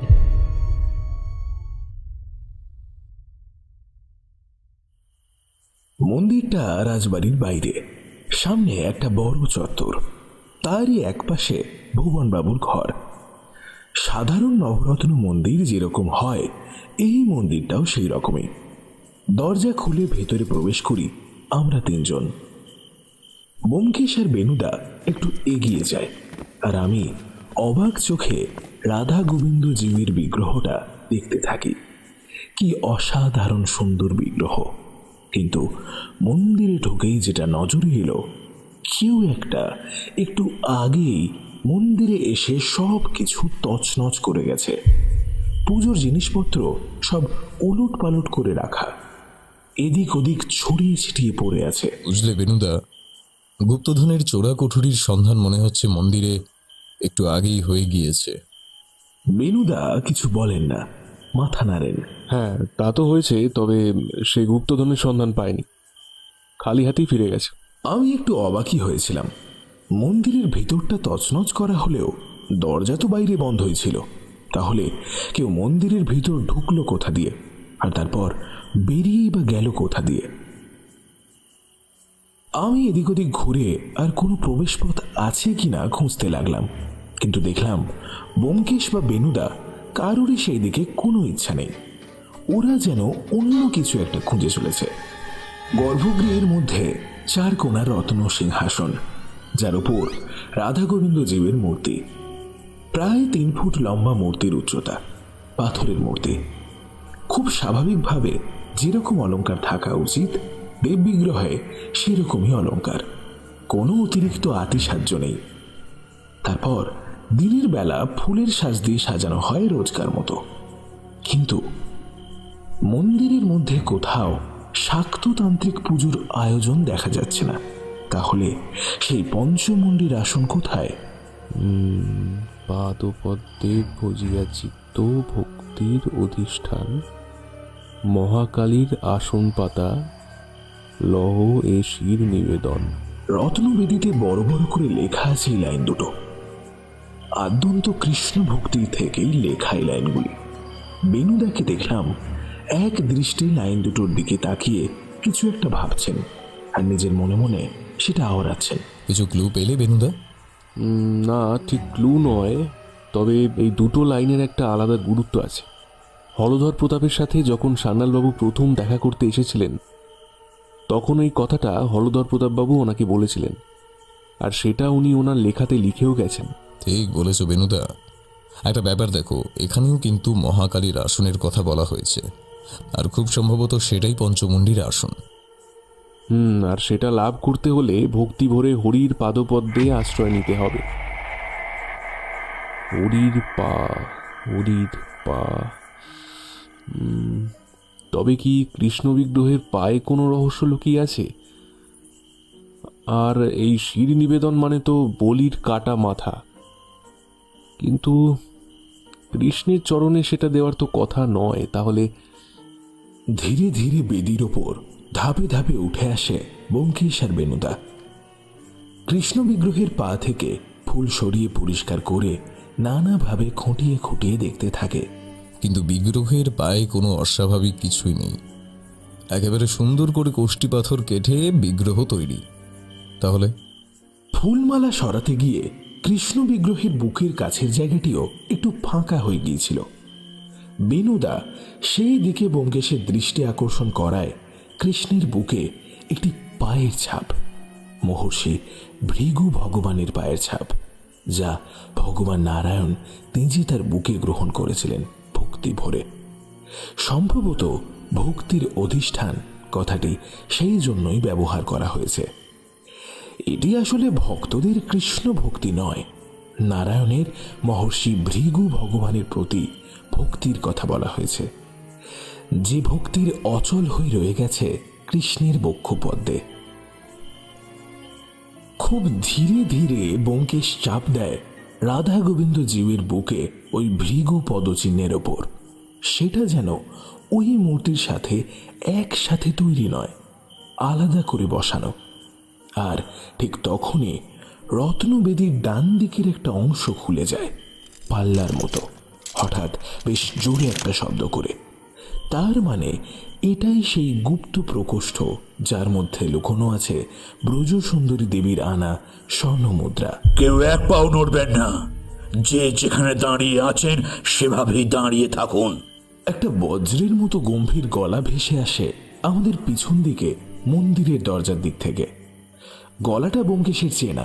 এই গুপ্তধনের উপর অধিকার একমাত্র আমার, তাই আপনারা সব কিছু রেখে চুপচাপ বেরিয়ে আসুন। আর যদি প্রাণে বাঁচতে চান তো এখান থেকে বেরিয়ে সোজা কলকাতা ফিরে যাবেন। ব্যোমকেশ আর আমি রাধা গোবিন্দ জীবের মূর্তির দিকে তাকিয়ে, তবে পিছন থেকে ভেসে আসা শব্দটার গলা আমাদের কাছে ভীষণ পরিচিত। কিন্তু চন্দ্রপ্রতাপ বাবু, আমাদের সরিয়ে দেওয়ার আগে অন্তত আপনাদের গুপ্তধনটা দেখে তো নিন, এতে আপনার প্রয়োজন মিটবে কিনা। হ্যাঁ, বেনুদার কথা শুনে চমকে উঠলাম। ঠিকই তো, এটা তো চন্দ্রপ্রতাপ বাবুরই গলা, তাই জন্যই ভীষণ চেনা চেনা মনে হচ্ছিল। কিন্তু বেনুদা এই কথাটা কেন বললেন? তবে কি গুপ্তধন নিয়ে আরো অন্য কোনো রহস্য আছে? চন্দ্রপ্রতাপ বাবু, আপনার এত পরিকল্পনা সব মাঠে মারা গেল, কারণ গুপ্তধনের ভাণ্ডার যে ফাঁকা। চিৎকার করে ওঠেন, ফাঁকা? হ্যাঁ, ঠিকই শুনেছেন, ফাঁকা। তার মানে ব্রজ সুন্দরী দেবীর গুপ্তধন বলে কিছু নেই? চন্দ্রপ্রতাপ বাবু, সে কথা কখন বললাম? গুপ্তধন আছে, কিন্তু সেটা আপনার জন্য নেই। চন্দ্রপ্রতাপ তখনও গর্জন করে চলেছেন। আমার জন্য নেই মানে? আমি আর দাদাই তো এই গুপ্তধনের মালিক, আর কাউকে এর থেকে কানা করিও আমি নিতে দেব না। আপনি মিথ্যা বলছেন চন্দ্রপ্রতাপ বাবু। আপনি খুব ভালো করেই জানেন ওই গুপ্তধনের কানা করিও আপনি বা আপনার দাদা পাবেন না। তাহলে কে পাবে? এটা কিছুতেই হতে পারে না।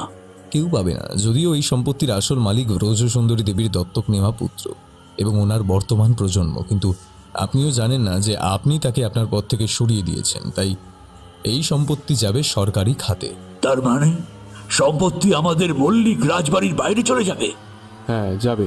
কারণ আপনি যতই বলুন এই সম্পত্তির ওপর আপনার কোনো লোভ নেই, লোভ আপনার যথেষ্টই ছিল।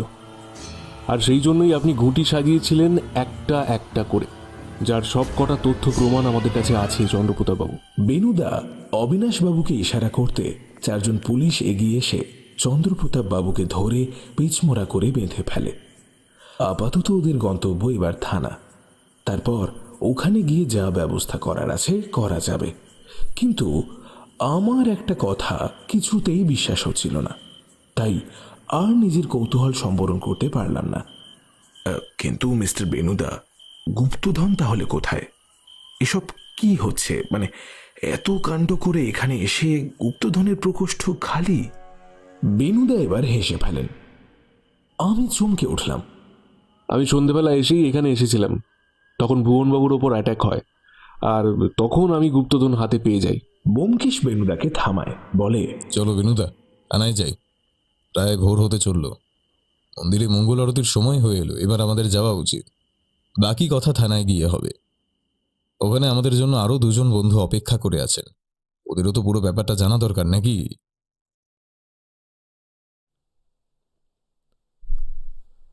তখন প্রায় ভোর ভোর হয়ে এসেছে। সবাই থানায় এসে পৌঁছই। ব্যোমকেশ আর বেনুদা নিজেদের মধ্যে কিছু কথা বলে তারপর অবিনাশ বাবুকে ডেকে নেয়। অবিনাশ বাবুর সাথে সাথে আমরা ওই ঘরে গিয়ে ঢুকলাম। ঘরের মাঝখানে একটা চেয়ারে তখন সুদাম বাবু বসে, পাশের চেয়ারে সায়ক। ব্যোমকেশ ঘরে ঢুকেই হেসে সায়কের দিকে এগিয়ে যায়। কি সায়ক বাবু, আপনার কোনো অসুবিধা হয়নি তো? বেনুদাও হেসে এগিয়ে যান সুদাম বাবুর দিকে। সুদাম বাবু, কি বিপদ আপনি বাঁধিয়েছেন বুঝতে পারছেন গুপ্তধনের গল্প বলতে গিয়ে? আপনি কি আন্দাজ করতে পেরেছিলেন যে এরকম কিছু হতে পারে? আর সর্বোপরি সুবিমল চট্টোপাধ্যায়কে খুন হতে হবে। মাথা নিচু করে নেন সুদাম বাবু। ব্যোমকেশ বাবু, বিশ্বাস করুন, আমার ওনাকে এই কথাগুলো বলার উদ্দেশ্য ছিল। গুপ্তধন আছে জানাজানি হলে আমাদেরই লাভ। বেনুবাবু আর ব্যোমকেশ বাবু, আপনাদের আমার আর শ্রীমান তপুর তরফে কিছু কথা জানানোর আছে। বেনুদা জগমোহন বাবুকে উদ্দেশ্য করে বলতে থাকেন, আপনাদের যে কাজ আমি দিয়েছিলাম সেটা তপু আমাকে সামান্য আভাস দিয়েছে। আর যখন সুদামবাবু নিজেই আমাদের সাথে আছেন, তখন এই গুপ্তধনের ব্যাপারে সব থেকে ভালো খবর উনিই দিতে পারবেন। সে তো ঠিক আছে বেনুবাবু, কিন্তু একটা প্রশ্ন যে কিছুতেই সমাধান করতে পারছি না।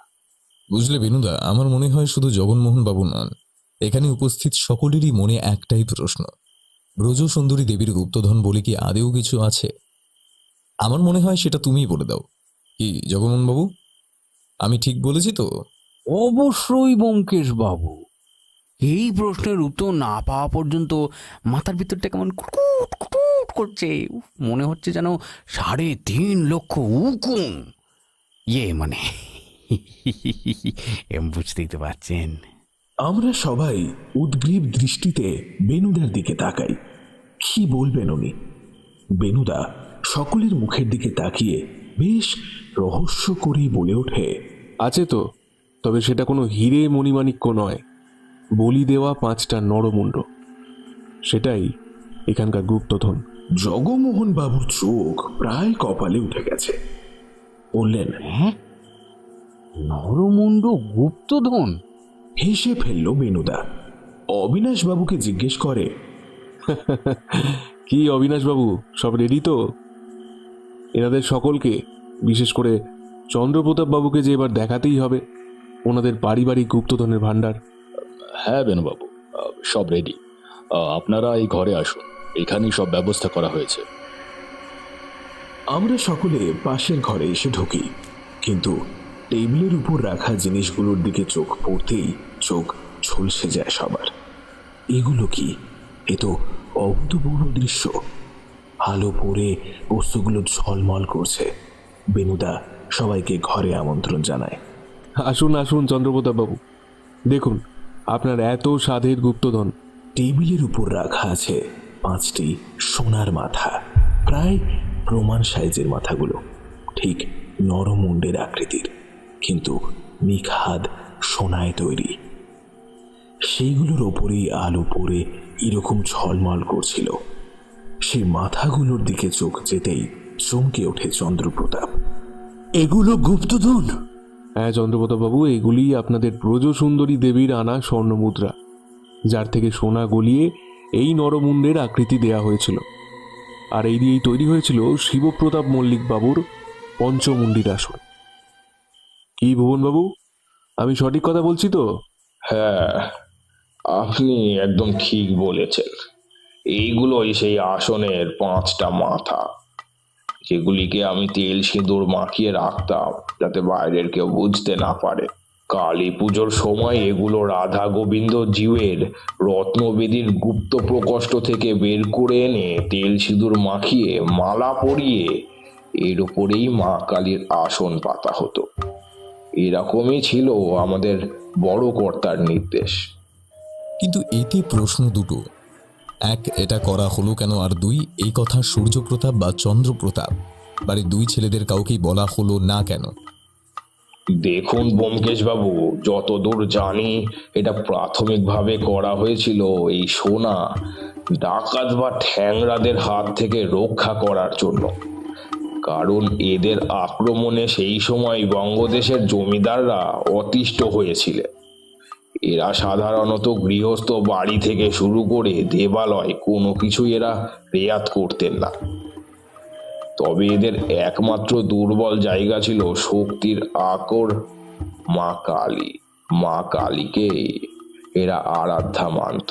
তাই হলধর প্রতাপ বাবু ঠিক করেন এই স্বর্ণ মুদ্রা থেকে এইভাবে নরমুণ্ড বানিয়ে পঞ্চমুণ্ডের আসন প্রতিষ্ঠা করতে হবে, যাতে করে এই সম্পত্তি রক্ষা করা যায় ডাকাতদের হাত থেকে। বুঝলাম। আর দ্বিতীয় প্রশ্নটা?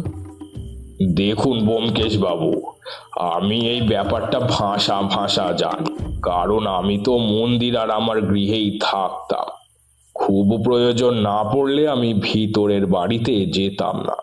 তবে আমি যতদূর জানতাম, বড় কর্তা শিবপ্রতাপ মল্লিক একেবারেই চন্দ্রপ্রতাপ মল্লিককে পছন্দ করতেন না, উনার অমিতাবয়তি আর উন্নাসিকতার জন্য। তবে আমার মনে হয় সুদাম ব্যাপারটা আরো ভালো বলতে পারবে। কি রে সুদাম, আমি ভুল বলছি? ব্যোমকেশ বাবু। আচ্ছা সুদাম বাবু, যদি খুব ভুল না করি আপনার বাবা শ্রী রামতনু সেনমশাই তো ব্রজসুন্দরী দেবীর নেওয়া সেই দত্তক সন্তান, তাই নয় কি? আর সেই সূত্র ধরেই এই সম্পত্তির আসল মালিকানা তো আপনার বা আপনার সুযোগ্য পুত্র সায়কের। অন্তত এই বাড়ির পুরনো নথিপত্র তো সেই কথাই বলছে। বলবো, কিন্তু আগে বলুন তো, এই গুপ্তধনের কথা আপনি সুবিমল বাবুকে কেন বলতে গেলেন? আসলে এইবার পুজোতে এসে চন্দ্রপ্রতাপ বাবু বলেছিলেন বাড়ি বিক্রি করে দেবেন। আর বাড়ি বিক্রির টাকা দিয়ে ব্যবসাতে লগ্নি করবেন। সাথে কিছু নতুন ব্যবসার পরিকল্পনাও ছিল ওনার। সূর্যপ্রতাপ বাবু মন থেকে না চাইলেও ভাইয়ের মুখের ওপর কোনোদিনই কথা বলতে পারতেন না। আর আমি কিছুতেই চাইনি এই বাড়ি বিক্রি হোক, কারণ আইন সিদ্ধ না হলেও এ বাড়ি যতটা ওনাদের ততটাই আমারও। তাই তার কিছুদিন পর যখন সুবিমল বাবু এই বাড়ির ইতিহাস লিখতে আসেন। উনি নিজে থেকে আসেননি, ওনাকে আনা হয়েছিল, তাই তো সায়কবাবু? না মানে স্যারের এই পুরনো বাড়ির ইতিহাস সম্পর্কে ডকুমেন্টারি করার শখের কথা আমি জানতাম, তাই আমি স্যারকে বলেছিলাম এই মল্লিক বাড়ির ইতিহাসটা নিয়ে লিখতে। কিন্তু আপনি জানতেন সুবিমল বাবু এই প্রজেক্টটা হাতে নিলে আপনার বাবার কাছে আসবেনই, আর তখনই আপনার বাবা ওনাকে এই গুপ্তধনের কথাটা বলতে পারবেন। দেখুন, এই কথা সঠিক যে আমি স্যারকে বলেছিলাম, কিন্তু বিশ্বাস করুন আমি সেটা চেয়েছিলাম যদি সত্যি কিছু থেকে থাকে তা সত্যটা যেন সামনে আসে। কিন্তু গুপ্তধন লাভ করা বা তাকে ভোগ করা আমার কোনোটাই উদ্দেশ্যে ছিল না। ব্যোমকেশ বাবু, বিশ্বাস করুন আমার ওনাকে এই কথাগুলো বলার উদ্দেশ্য ছিল। গুপ্তধন আছে জানাজানি হলে আমাদেরই লাভ, আর তাহলে বাড়িটা হেরিটেজ বাড়ি হিসাবে সংরক্ষণ করা হবে, আর আমিও এ বাড়িতে থেকে যেতে পারবো, কিন্তু গুপ্তধনের লোভে নয়। সে আমি জানি সুদামবাবু, সেই লোভ যদি আপনার বা সায়কবাবুর থাকতো তবে আপনারা এই সোনার মাথাগুলো নিজেরাই ভোগ করতে পারতেন। আপনি সুবিমল বাবুকে না বললে তো চন্দ্রপ্রতাপ বাবুরা এগুলোর কথা জানতেও পারতেন না, আর সুবিমল বাবুকে বেঘরে প্রাণটাও দিতে হতো না। কিন্তু আপনি এটা জানলেন কি করে ব্যোমকেশবাবু? সেটা তো বললেন না আপনি। সুবিমল বাবুর আর্টিকেলটা কাগজে বেরোনোর পরপরই উনি সুদামবাবু বা গ্রামের বাকি লোকজনের সাথে কথা বলে বুঝেছিলেন যে এই গুপ্তধন কোনো সাধারণ গুপ্তধন নয়। তাই উনি ওনার অভিজ্ঞতা আর সায়কবাবুই যে ওনাকে এই আর্টিকেলটা লিখতে প্ররোচনা দিয়েছেন সেটা লিখে পত্রিকার সম্পাদক মশাইকে একটা চিঠি লেখেন এই ব্যাপারে। সম্পাদক মশাইয়ের থেকে সেই চিঠি আমি পেয়েছিলাম, তাই তা থেকেই আমি ব্যাপারটা জানতে পারি। ও তাই বলুন, কিন্তু এর জন্য সুবিমল স্যারকে কেন খুন হতে হলো, আর খুন করলোটাই বা কে? কি বেনুদা, এবার ব্যাপারটা তুমি বলো। তুমি তো এসে থেকেই সেই মহাপুরুষের একটা ঝলক দেখেছিলে, তাই না? হ্যাঁ, দেখেছিলাম। আমি বর্ধমান এসেই সার্কিট হাউস থেকে সোজা মল্লিকদের রাজবাড়িতে আসি। ঠিক সেই সময়ই সেই লোক ভুবনবাবুর ওপর চড়া হয়েছিল। ভুবনবাবুকে কোনোভাবে বাঁচিয়ে বের করে আনলেও সেই আততাই আমার হাত থেকে বেরিয়ে যায়। তবে লোকটির একটা আভাস আমি অন্ধকারে দেখেছিলাম, আর বলতে দ্বিধা নেই তিনি এই পরিবারের একজন সুপুত্র, শ্রীযুক্ত। বসে থাকা লোকেদের মধ্যে বেশ রাগত কণ্ঠে চিৎকার করে ওঠেন সূর্যপ্রতাপ বাবু ওনার ভাইয়ের উদ্দেশ্যে। ছি ছি ভাই, ছি! তুই তুই আমাদের বাড়ির মান সম্মান সব সব ধুলোয় মিশিয়ে দিলি। তুই তুই এই পরিবারের কলঙ্ক। তোকে নিজের ভাই বলে পরিচয় দিতেও আমার লজ্জা করছে। চন্দ্রপ্রতাপ বাবু ততক্ষণে একেবারে ভেঙে পড়েছেন। হাত জোর করে মাটিতে বসে উনি সকলের কাছে ক্ষমা প্রার্থনা করছেন। বিশ্বাস করুন, আমি সুবিমল বাবুকে খুন করিনি। আমি স্বীকার করছি গুপ্তধনের লোভ আমার ছিল, আর তাই আমি অনেক মিথ্যা কথা বলেছি, কিন্তু আমি খুন করিনি। আপনারা বিশ্বাস করুন। আরে আরে উঠুন উঠুন চন্দ্রপ্রতাপ বাবু, কাউকে খুন করার মতো মনের জোর যে আপনার নেই সে আমরা সবাই বিলক্ষণ জানি। আমার ধৈর্য আর ধরছিল না। খানিকটা অধীর আগ্রহে জিজ্ঞেস করে ফেললাম, এই তাহলে এই কাজটা কি করলো? কেন, এই পরিবারে তো আরো একজন আছেন যার এই লুকানো সম্পত্তির ওপর কোনো মোহ নেই। চমকে ওঠেন সূর্যপ্রতাপ। চন্দ্রপ্রতাপ বাবুকে বাদ দিলে এই পরিবারে তো আপনি অবশিষ্ট থাকেন সূর্যপ্রতাপ বাবু। সূর্যপ্রতাপ প্রায় চিৎকার করে ওঠেন। সে তো ঠিকই বলেছেন, কিন্তু এই সব কিছু ভাবনা গোলমাল করে দিল সুবিমল বাবুর লেখা সেই চিঠিটা, যেটা উনি ওনার সম্পাদককে লিখেছিলেন। তা প্রায় বছর 3 হয়ে গেল। বাহ, ভালো। কোথা থেকে? মানে আমি জানতে চাইছি আপনি কি কোথাও থেকে প্রফেশনাল কোনো কোর্স করেছেন নাকি? না মানে নিজেই সুবিমল স্যার তো কাছে। কিন্তু এসব কথা এখন কেন উঠছে আমি তো কিছুই বুঝতে পারছি না। আচ্ছা, আপনারা যখন এইবার পুজোর সময় এখানে এসেছিলেন তখন কোথায় ছিলেন? কোথায় আর থাকবো, এখানেই বাবার সাথে। একটা তো রাত, পুজো পুজো নিয়ে তো কেটে যাবে। হ্যাঁ, সেটা তো ঠিকই, তবে কি জানেন, আপনি সায়কবাবু সম্পর্কে সব খবর নিলেও কিছু সামান্য ভুল করে ফেলেছেন। আপনি এটা জানতেন না আসল সায়কবাবু আমাদের এখানকার থানার দারোগাবাবু অবিনাশ বটব্যালের ভাইয়ের বন্ধু, আর ওনারা সেই দিন রাতে অবিনাশবাবুর বাড়িতেই ছিলেন। তাই আপনার যাবতীয় মিথ্যা এখানেই প্রকাশ হয়ে পড়ে সায়কবাবু। আপনাকে প্রথম দেখেই অবিনাশবাবু বুঝে যান আপনি আসল সায়ক সেন নন। আর আপনি তো সাংবাদিকতা নিয়ে পড়েননি, আসলে আপনি মাধ্যমিকের পর আর লেখাপড়াই করেননি, সেটা পাশ করেছিলেন বাড়তি নেকের চেষ্টায়। তাই সব মিথ্যে জাল গুটিয়ে আনলেও আপনি শেষ বেলা একটা ভুল করে ফেললেন যে। আর সুদামবাবুর ওপর থানায় আক্রমণ থেকে বেপাত্তা হওয়ার পরই আমি বুঝতে পেরেছিলাম উনি স্বেচ্ছায় কারোর সাথে চলে গেছে। না হলে কনস্টেবলকে আঘাত করে অজ্ঞান করতে পারলেও আপনাকে বিনা বাধায় নিয়ে চম্পট দেওয়া, তাও থানার মধ্যে থেকে, এত সহজ নয়। এটা তখনই হতে পারে যদি সুদামবাবুও আততায়ীকে সাহায্য করেন।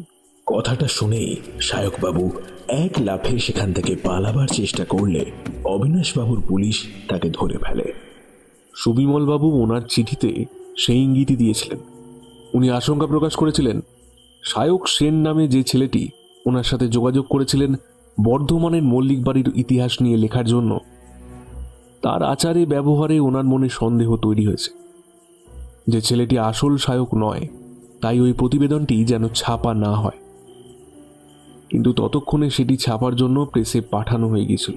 আর সেই জন্যই আপনার প্রকৃত পরিচয় জানতে যেটা দরকার ছিল সেটা সুদামবাবুর ঘর তল্লাশি করা। তাই বেনুদা অবিনাশবাবুকে বলে সুদামবাবুর সুরক্ষার কারণ দেখিয়ে ওনাকে থানায় নিয়ে চলে আসে। আর আমরা ওনার ঘর তল্লাশি করে সুদামবাবুর ছেলের সব ডিটেলস আর ছবি পাই। আমি আগেও সুবিমলবাবুর খুনের ব্যাপারে কথা বলতে সায়কবাবুর সাথে কথা বলেছিলাম, তাই বুঝতে বাকি থাকে না এই সায়ক মানুষটা নকল। সুবিমল চট্টোপাধ্যায়ের অ্যালবাম থেকে আসল সায়কের ছবি আমার হাতে আগে থেকেই ছিল। সায়ক ততক্ষণে ভেঙে পড়েছেন, ওনার অপরাধ স্বীকার করে নেওয়া ছাড়া আর কোনো উপায় নেই। শুধু প্রশ্ন একটাই, উনি সুবিমল বাবুকে খুন করলেন কেন?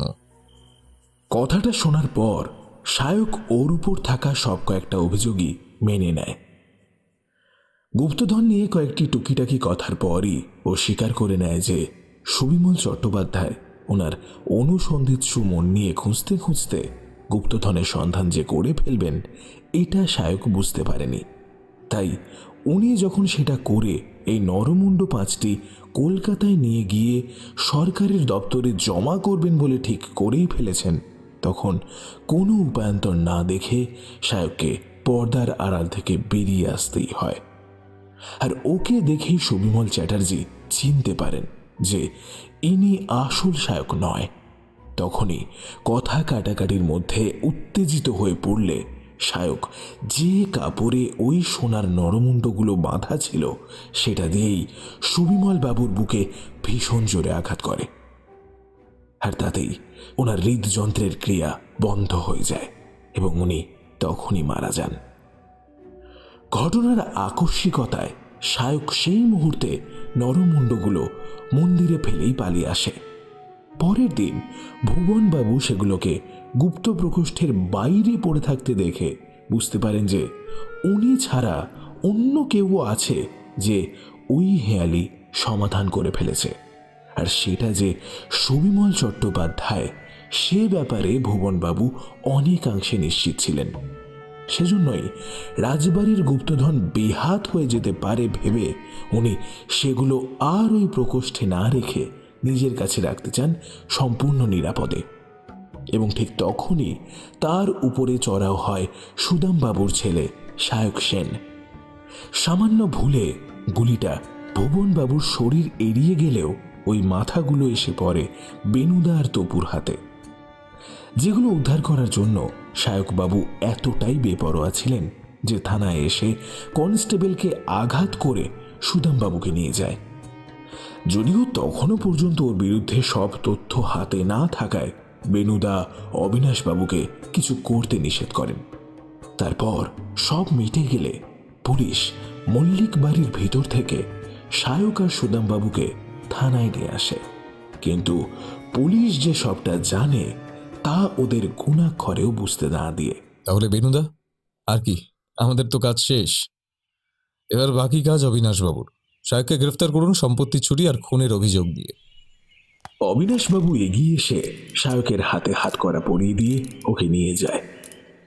এবার আমাদেরও বিদায় নেওয়ার পালা। ভোর হয়েছে, একটা হিমেল কুয়াশায় চারিদিকটা মোড়া, বেশ ঠান্ডা কনকনে উত্তুরে হাওয়া বইছে। ব্যোমকেশ ধীরে ধীরে এগিয়ে যায় সুদামবাবুর দিকে। বুঝলেন সুদামবাবু, এই এত কাণ্ড ঘটলো আপনার করা কিছু ভুল সিদ্ধান্তের জন্য। তবে কি জানেন তো, আমার মন বলছে ভুল তো আপনি করেইছেন, তবে সেটা সুবিমল বাবুকে দেওয়া তথ্যে নয়, শায়ককে মানুষ করার ক্ষেত্রে। যে লোভ আর উন্নাসিকতা থাকার জন্য চন্দ্রপ্রতাপ মল্লিককে শিবপ্রতাপ মল্লিক ত্যায্যপুত্র করতে চেয়েছিলেন, সেই সব কিছু দেখার পরেও আপনি আপনার ছেলে শায়ককে সেই একই ভুল করা থেকে প্রতিহত করতে পারেননি। আর যার জন্য ওর লোভের বশবর্তী হয়ে তো শাস্তি পেলই, উল্টে আপনাকেও এই বয়সে এসে এত হেনস্থা হতে হলো।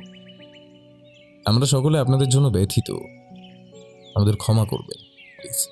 তবে হ্যাঁ, আমি জানি আপনি নিঃস্বার্থভাবে এই পরিবার, এই রাজবাড়ির সেবা করেছেন এতদিন ধরে। গুপ্তধনের কথা জানলেও কোনোদিন তা নিজেদের জন্য ব্যবহার করতে চাননি। তবে আমি নিশ্চিত যেদিন শায়ক জানতে পারত যে ওর এই গুপ্তধনের প্রতি লোভ আপনি জানতে পেরেছেন, আর ওর সেটা পাওয়ার জন্য আপনি নিজে ওর বেছানো পথে বাধা হয়ে দাঁড়াতে পারেন, সেদিন ও আপনাকেও ছেড়ে কথা বলতো না। জানেন তো, লোভ মানুষের সব বিচক্ষণতাকে গ্রাস করে ফেলে। সুদামবাবু মাথা নিচু করে বসে থাকেন। সত্যিই ওনার আর কাউকে কিছু বলার নেই। থানা থেকে একটা গাড়ি ব্যবস্থা করে দিয়েছে। এক এক করে আমি, ব্যোমকেশ, তপু, জগমোহনবাবু আর সব শেষে বেনুদা এসে ওঠে। আমাদের গন্তব্য স্টেশন।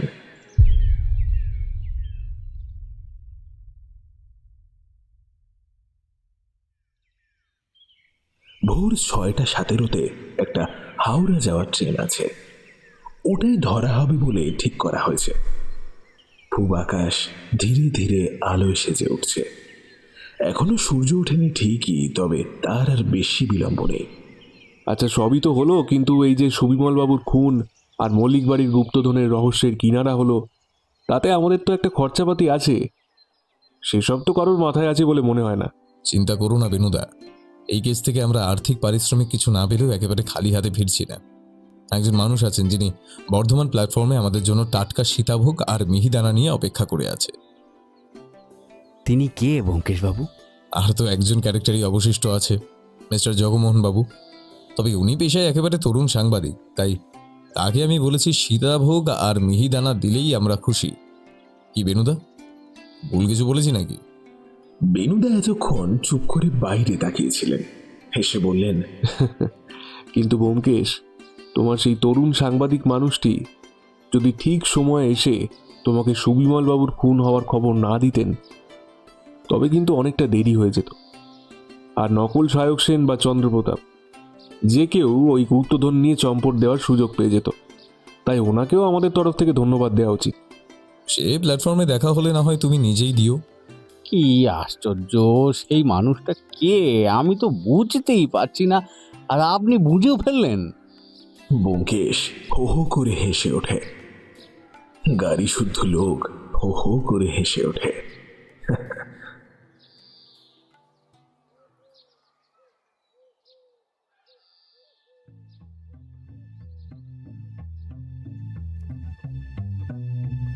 এতক্ষণ আপনারা শুনছিলেন লেখক শিবাঙ্গনের কলমে ব্যোমকেশ বক্সী ও বেনুদার পঞ্চমুণ্ডির গুপ্তধন।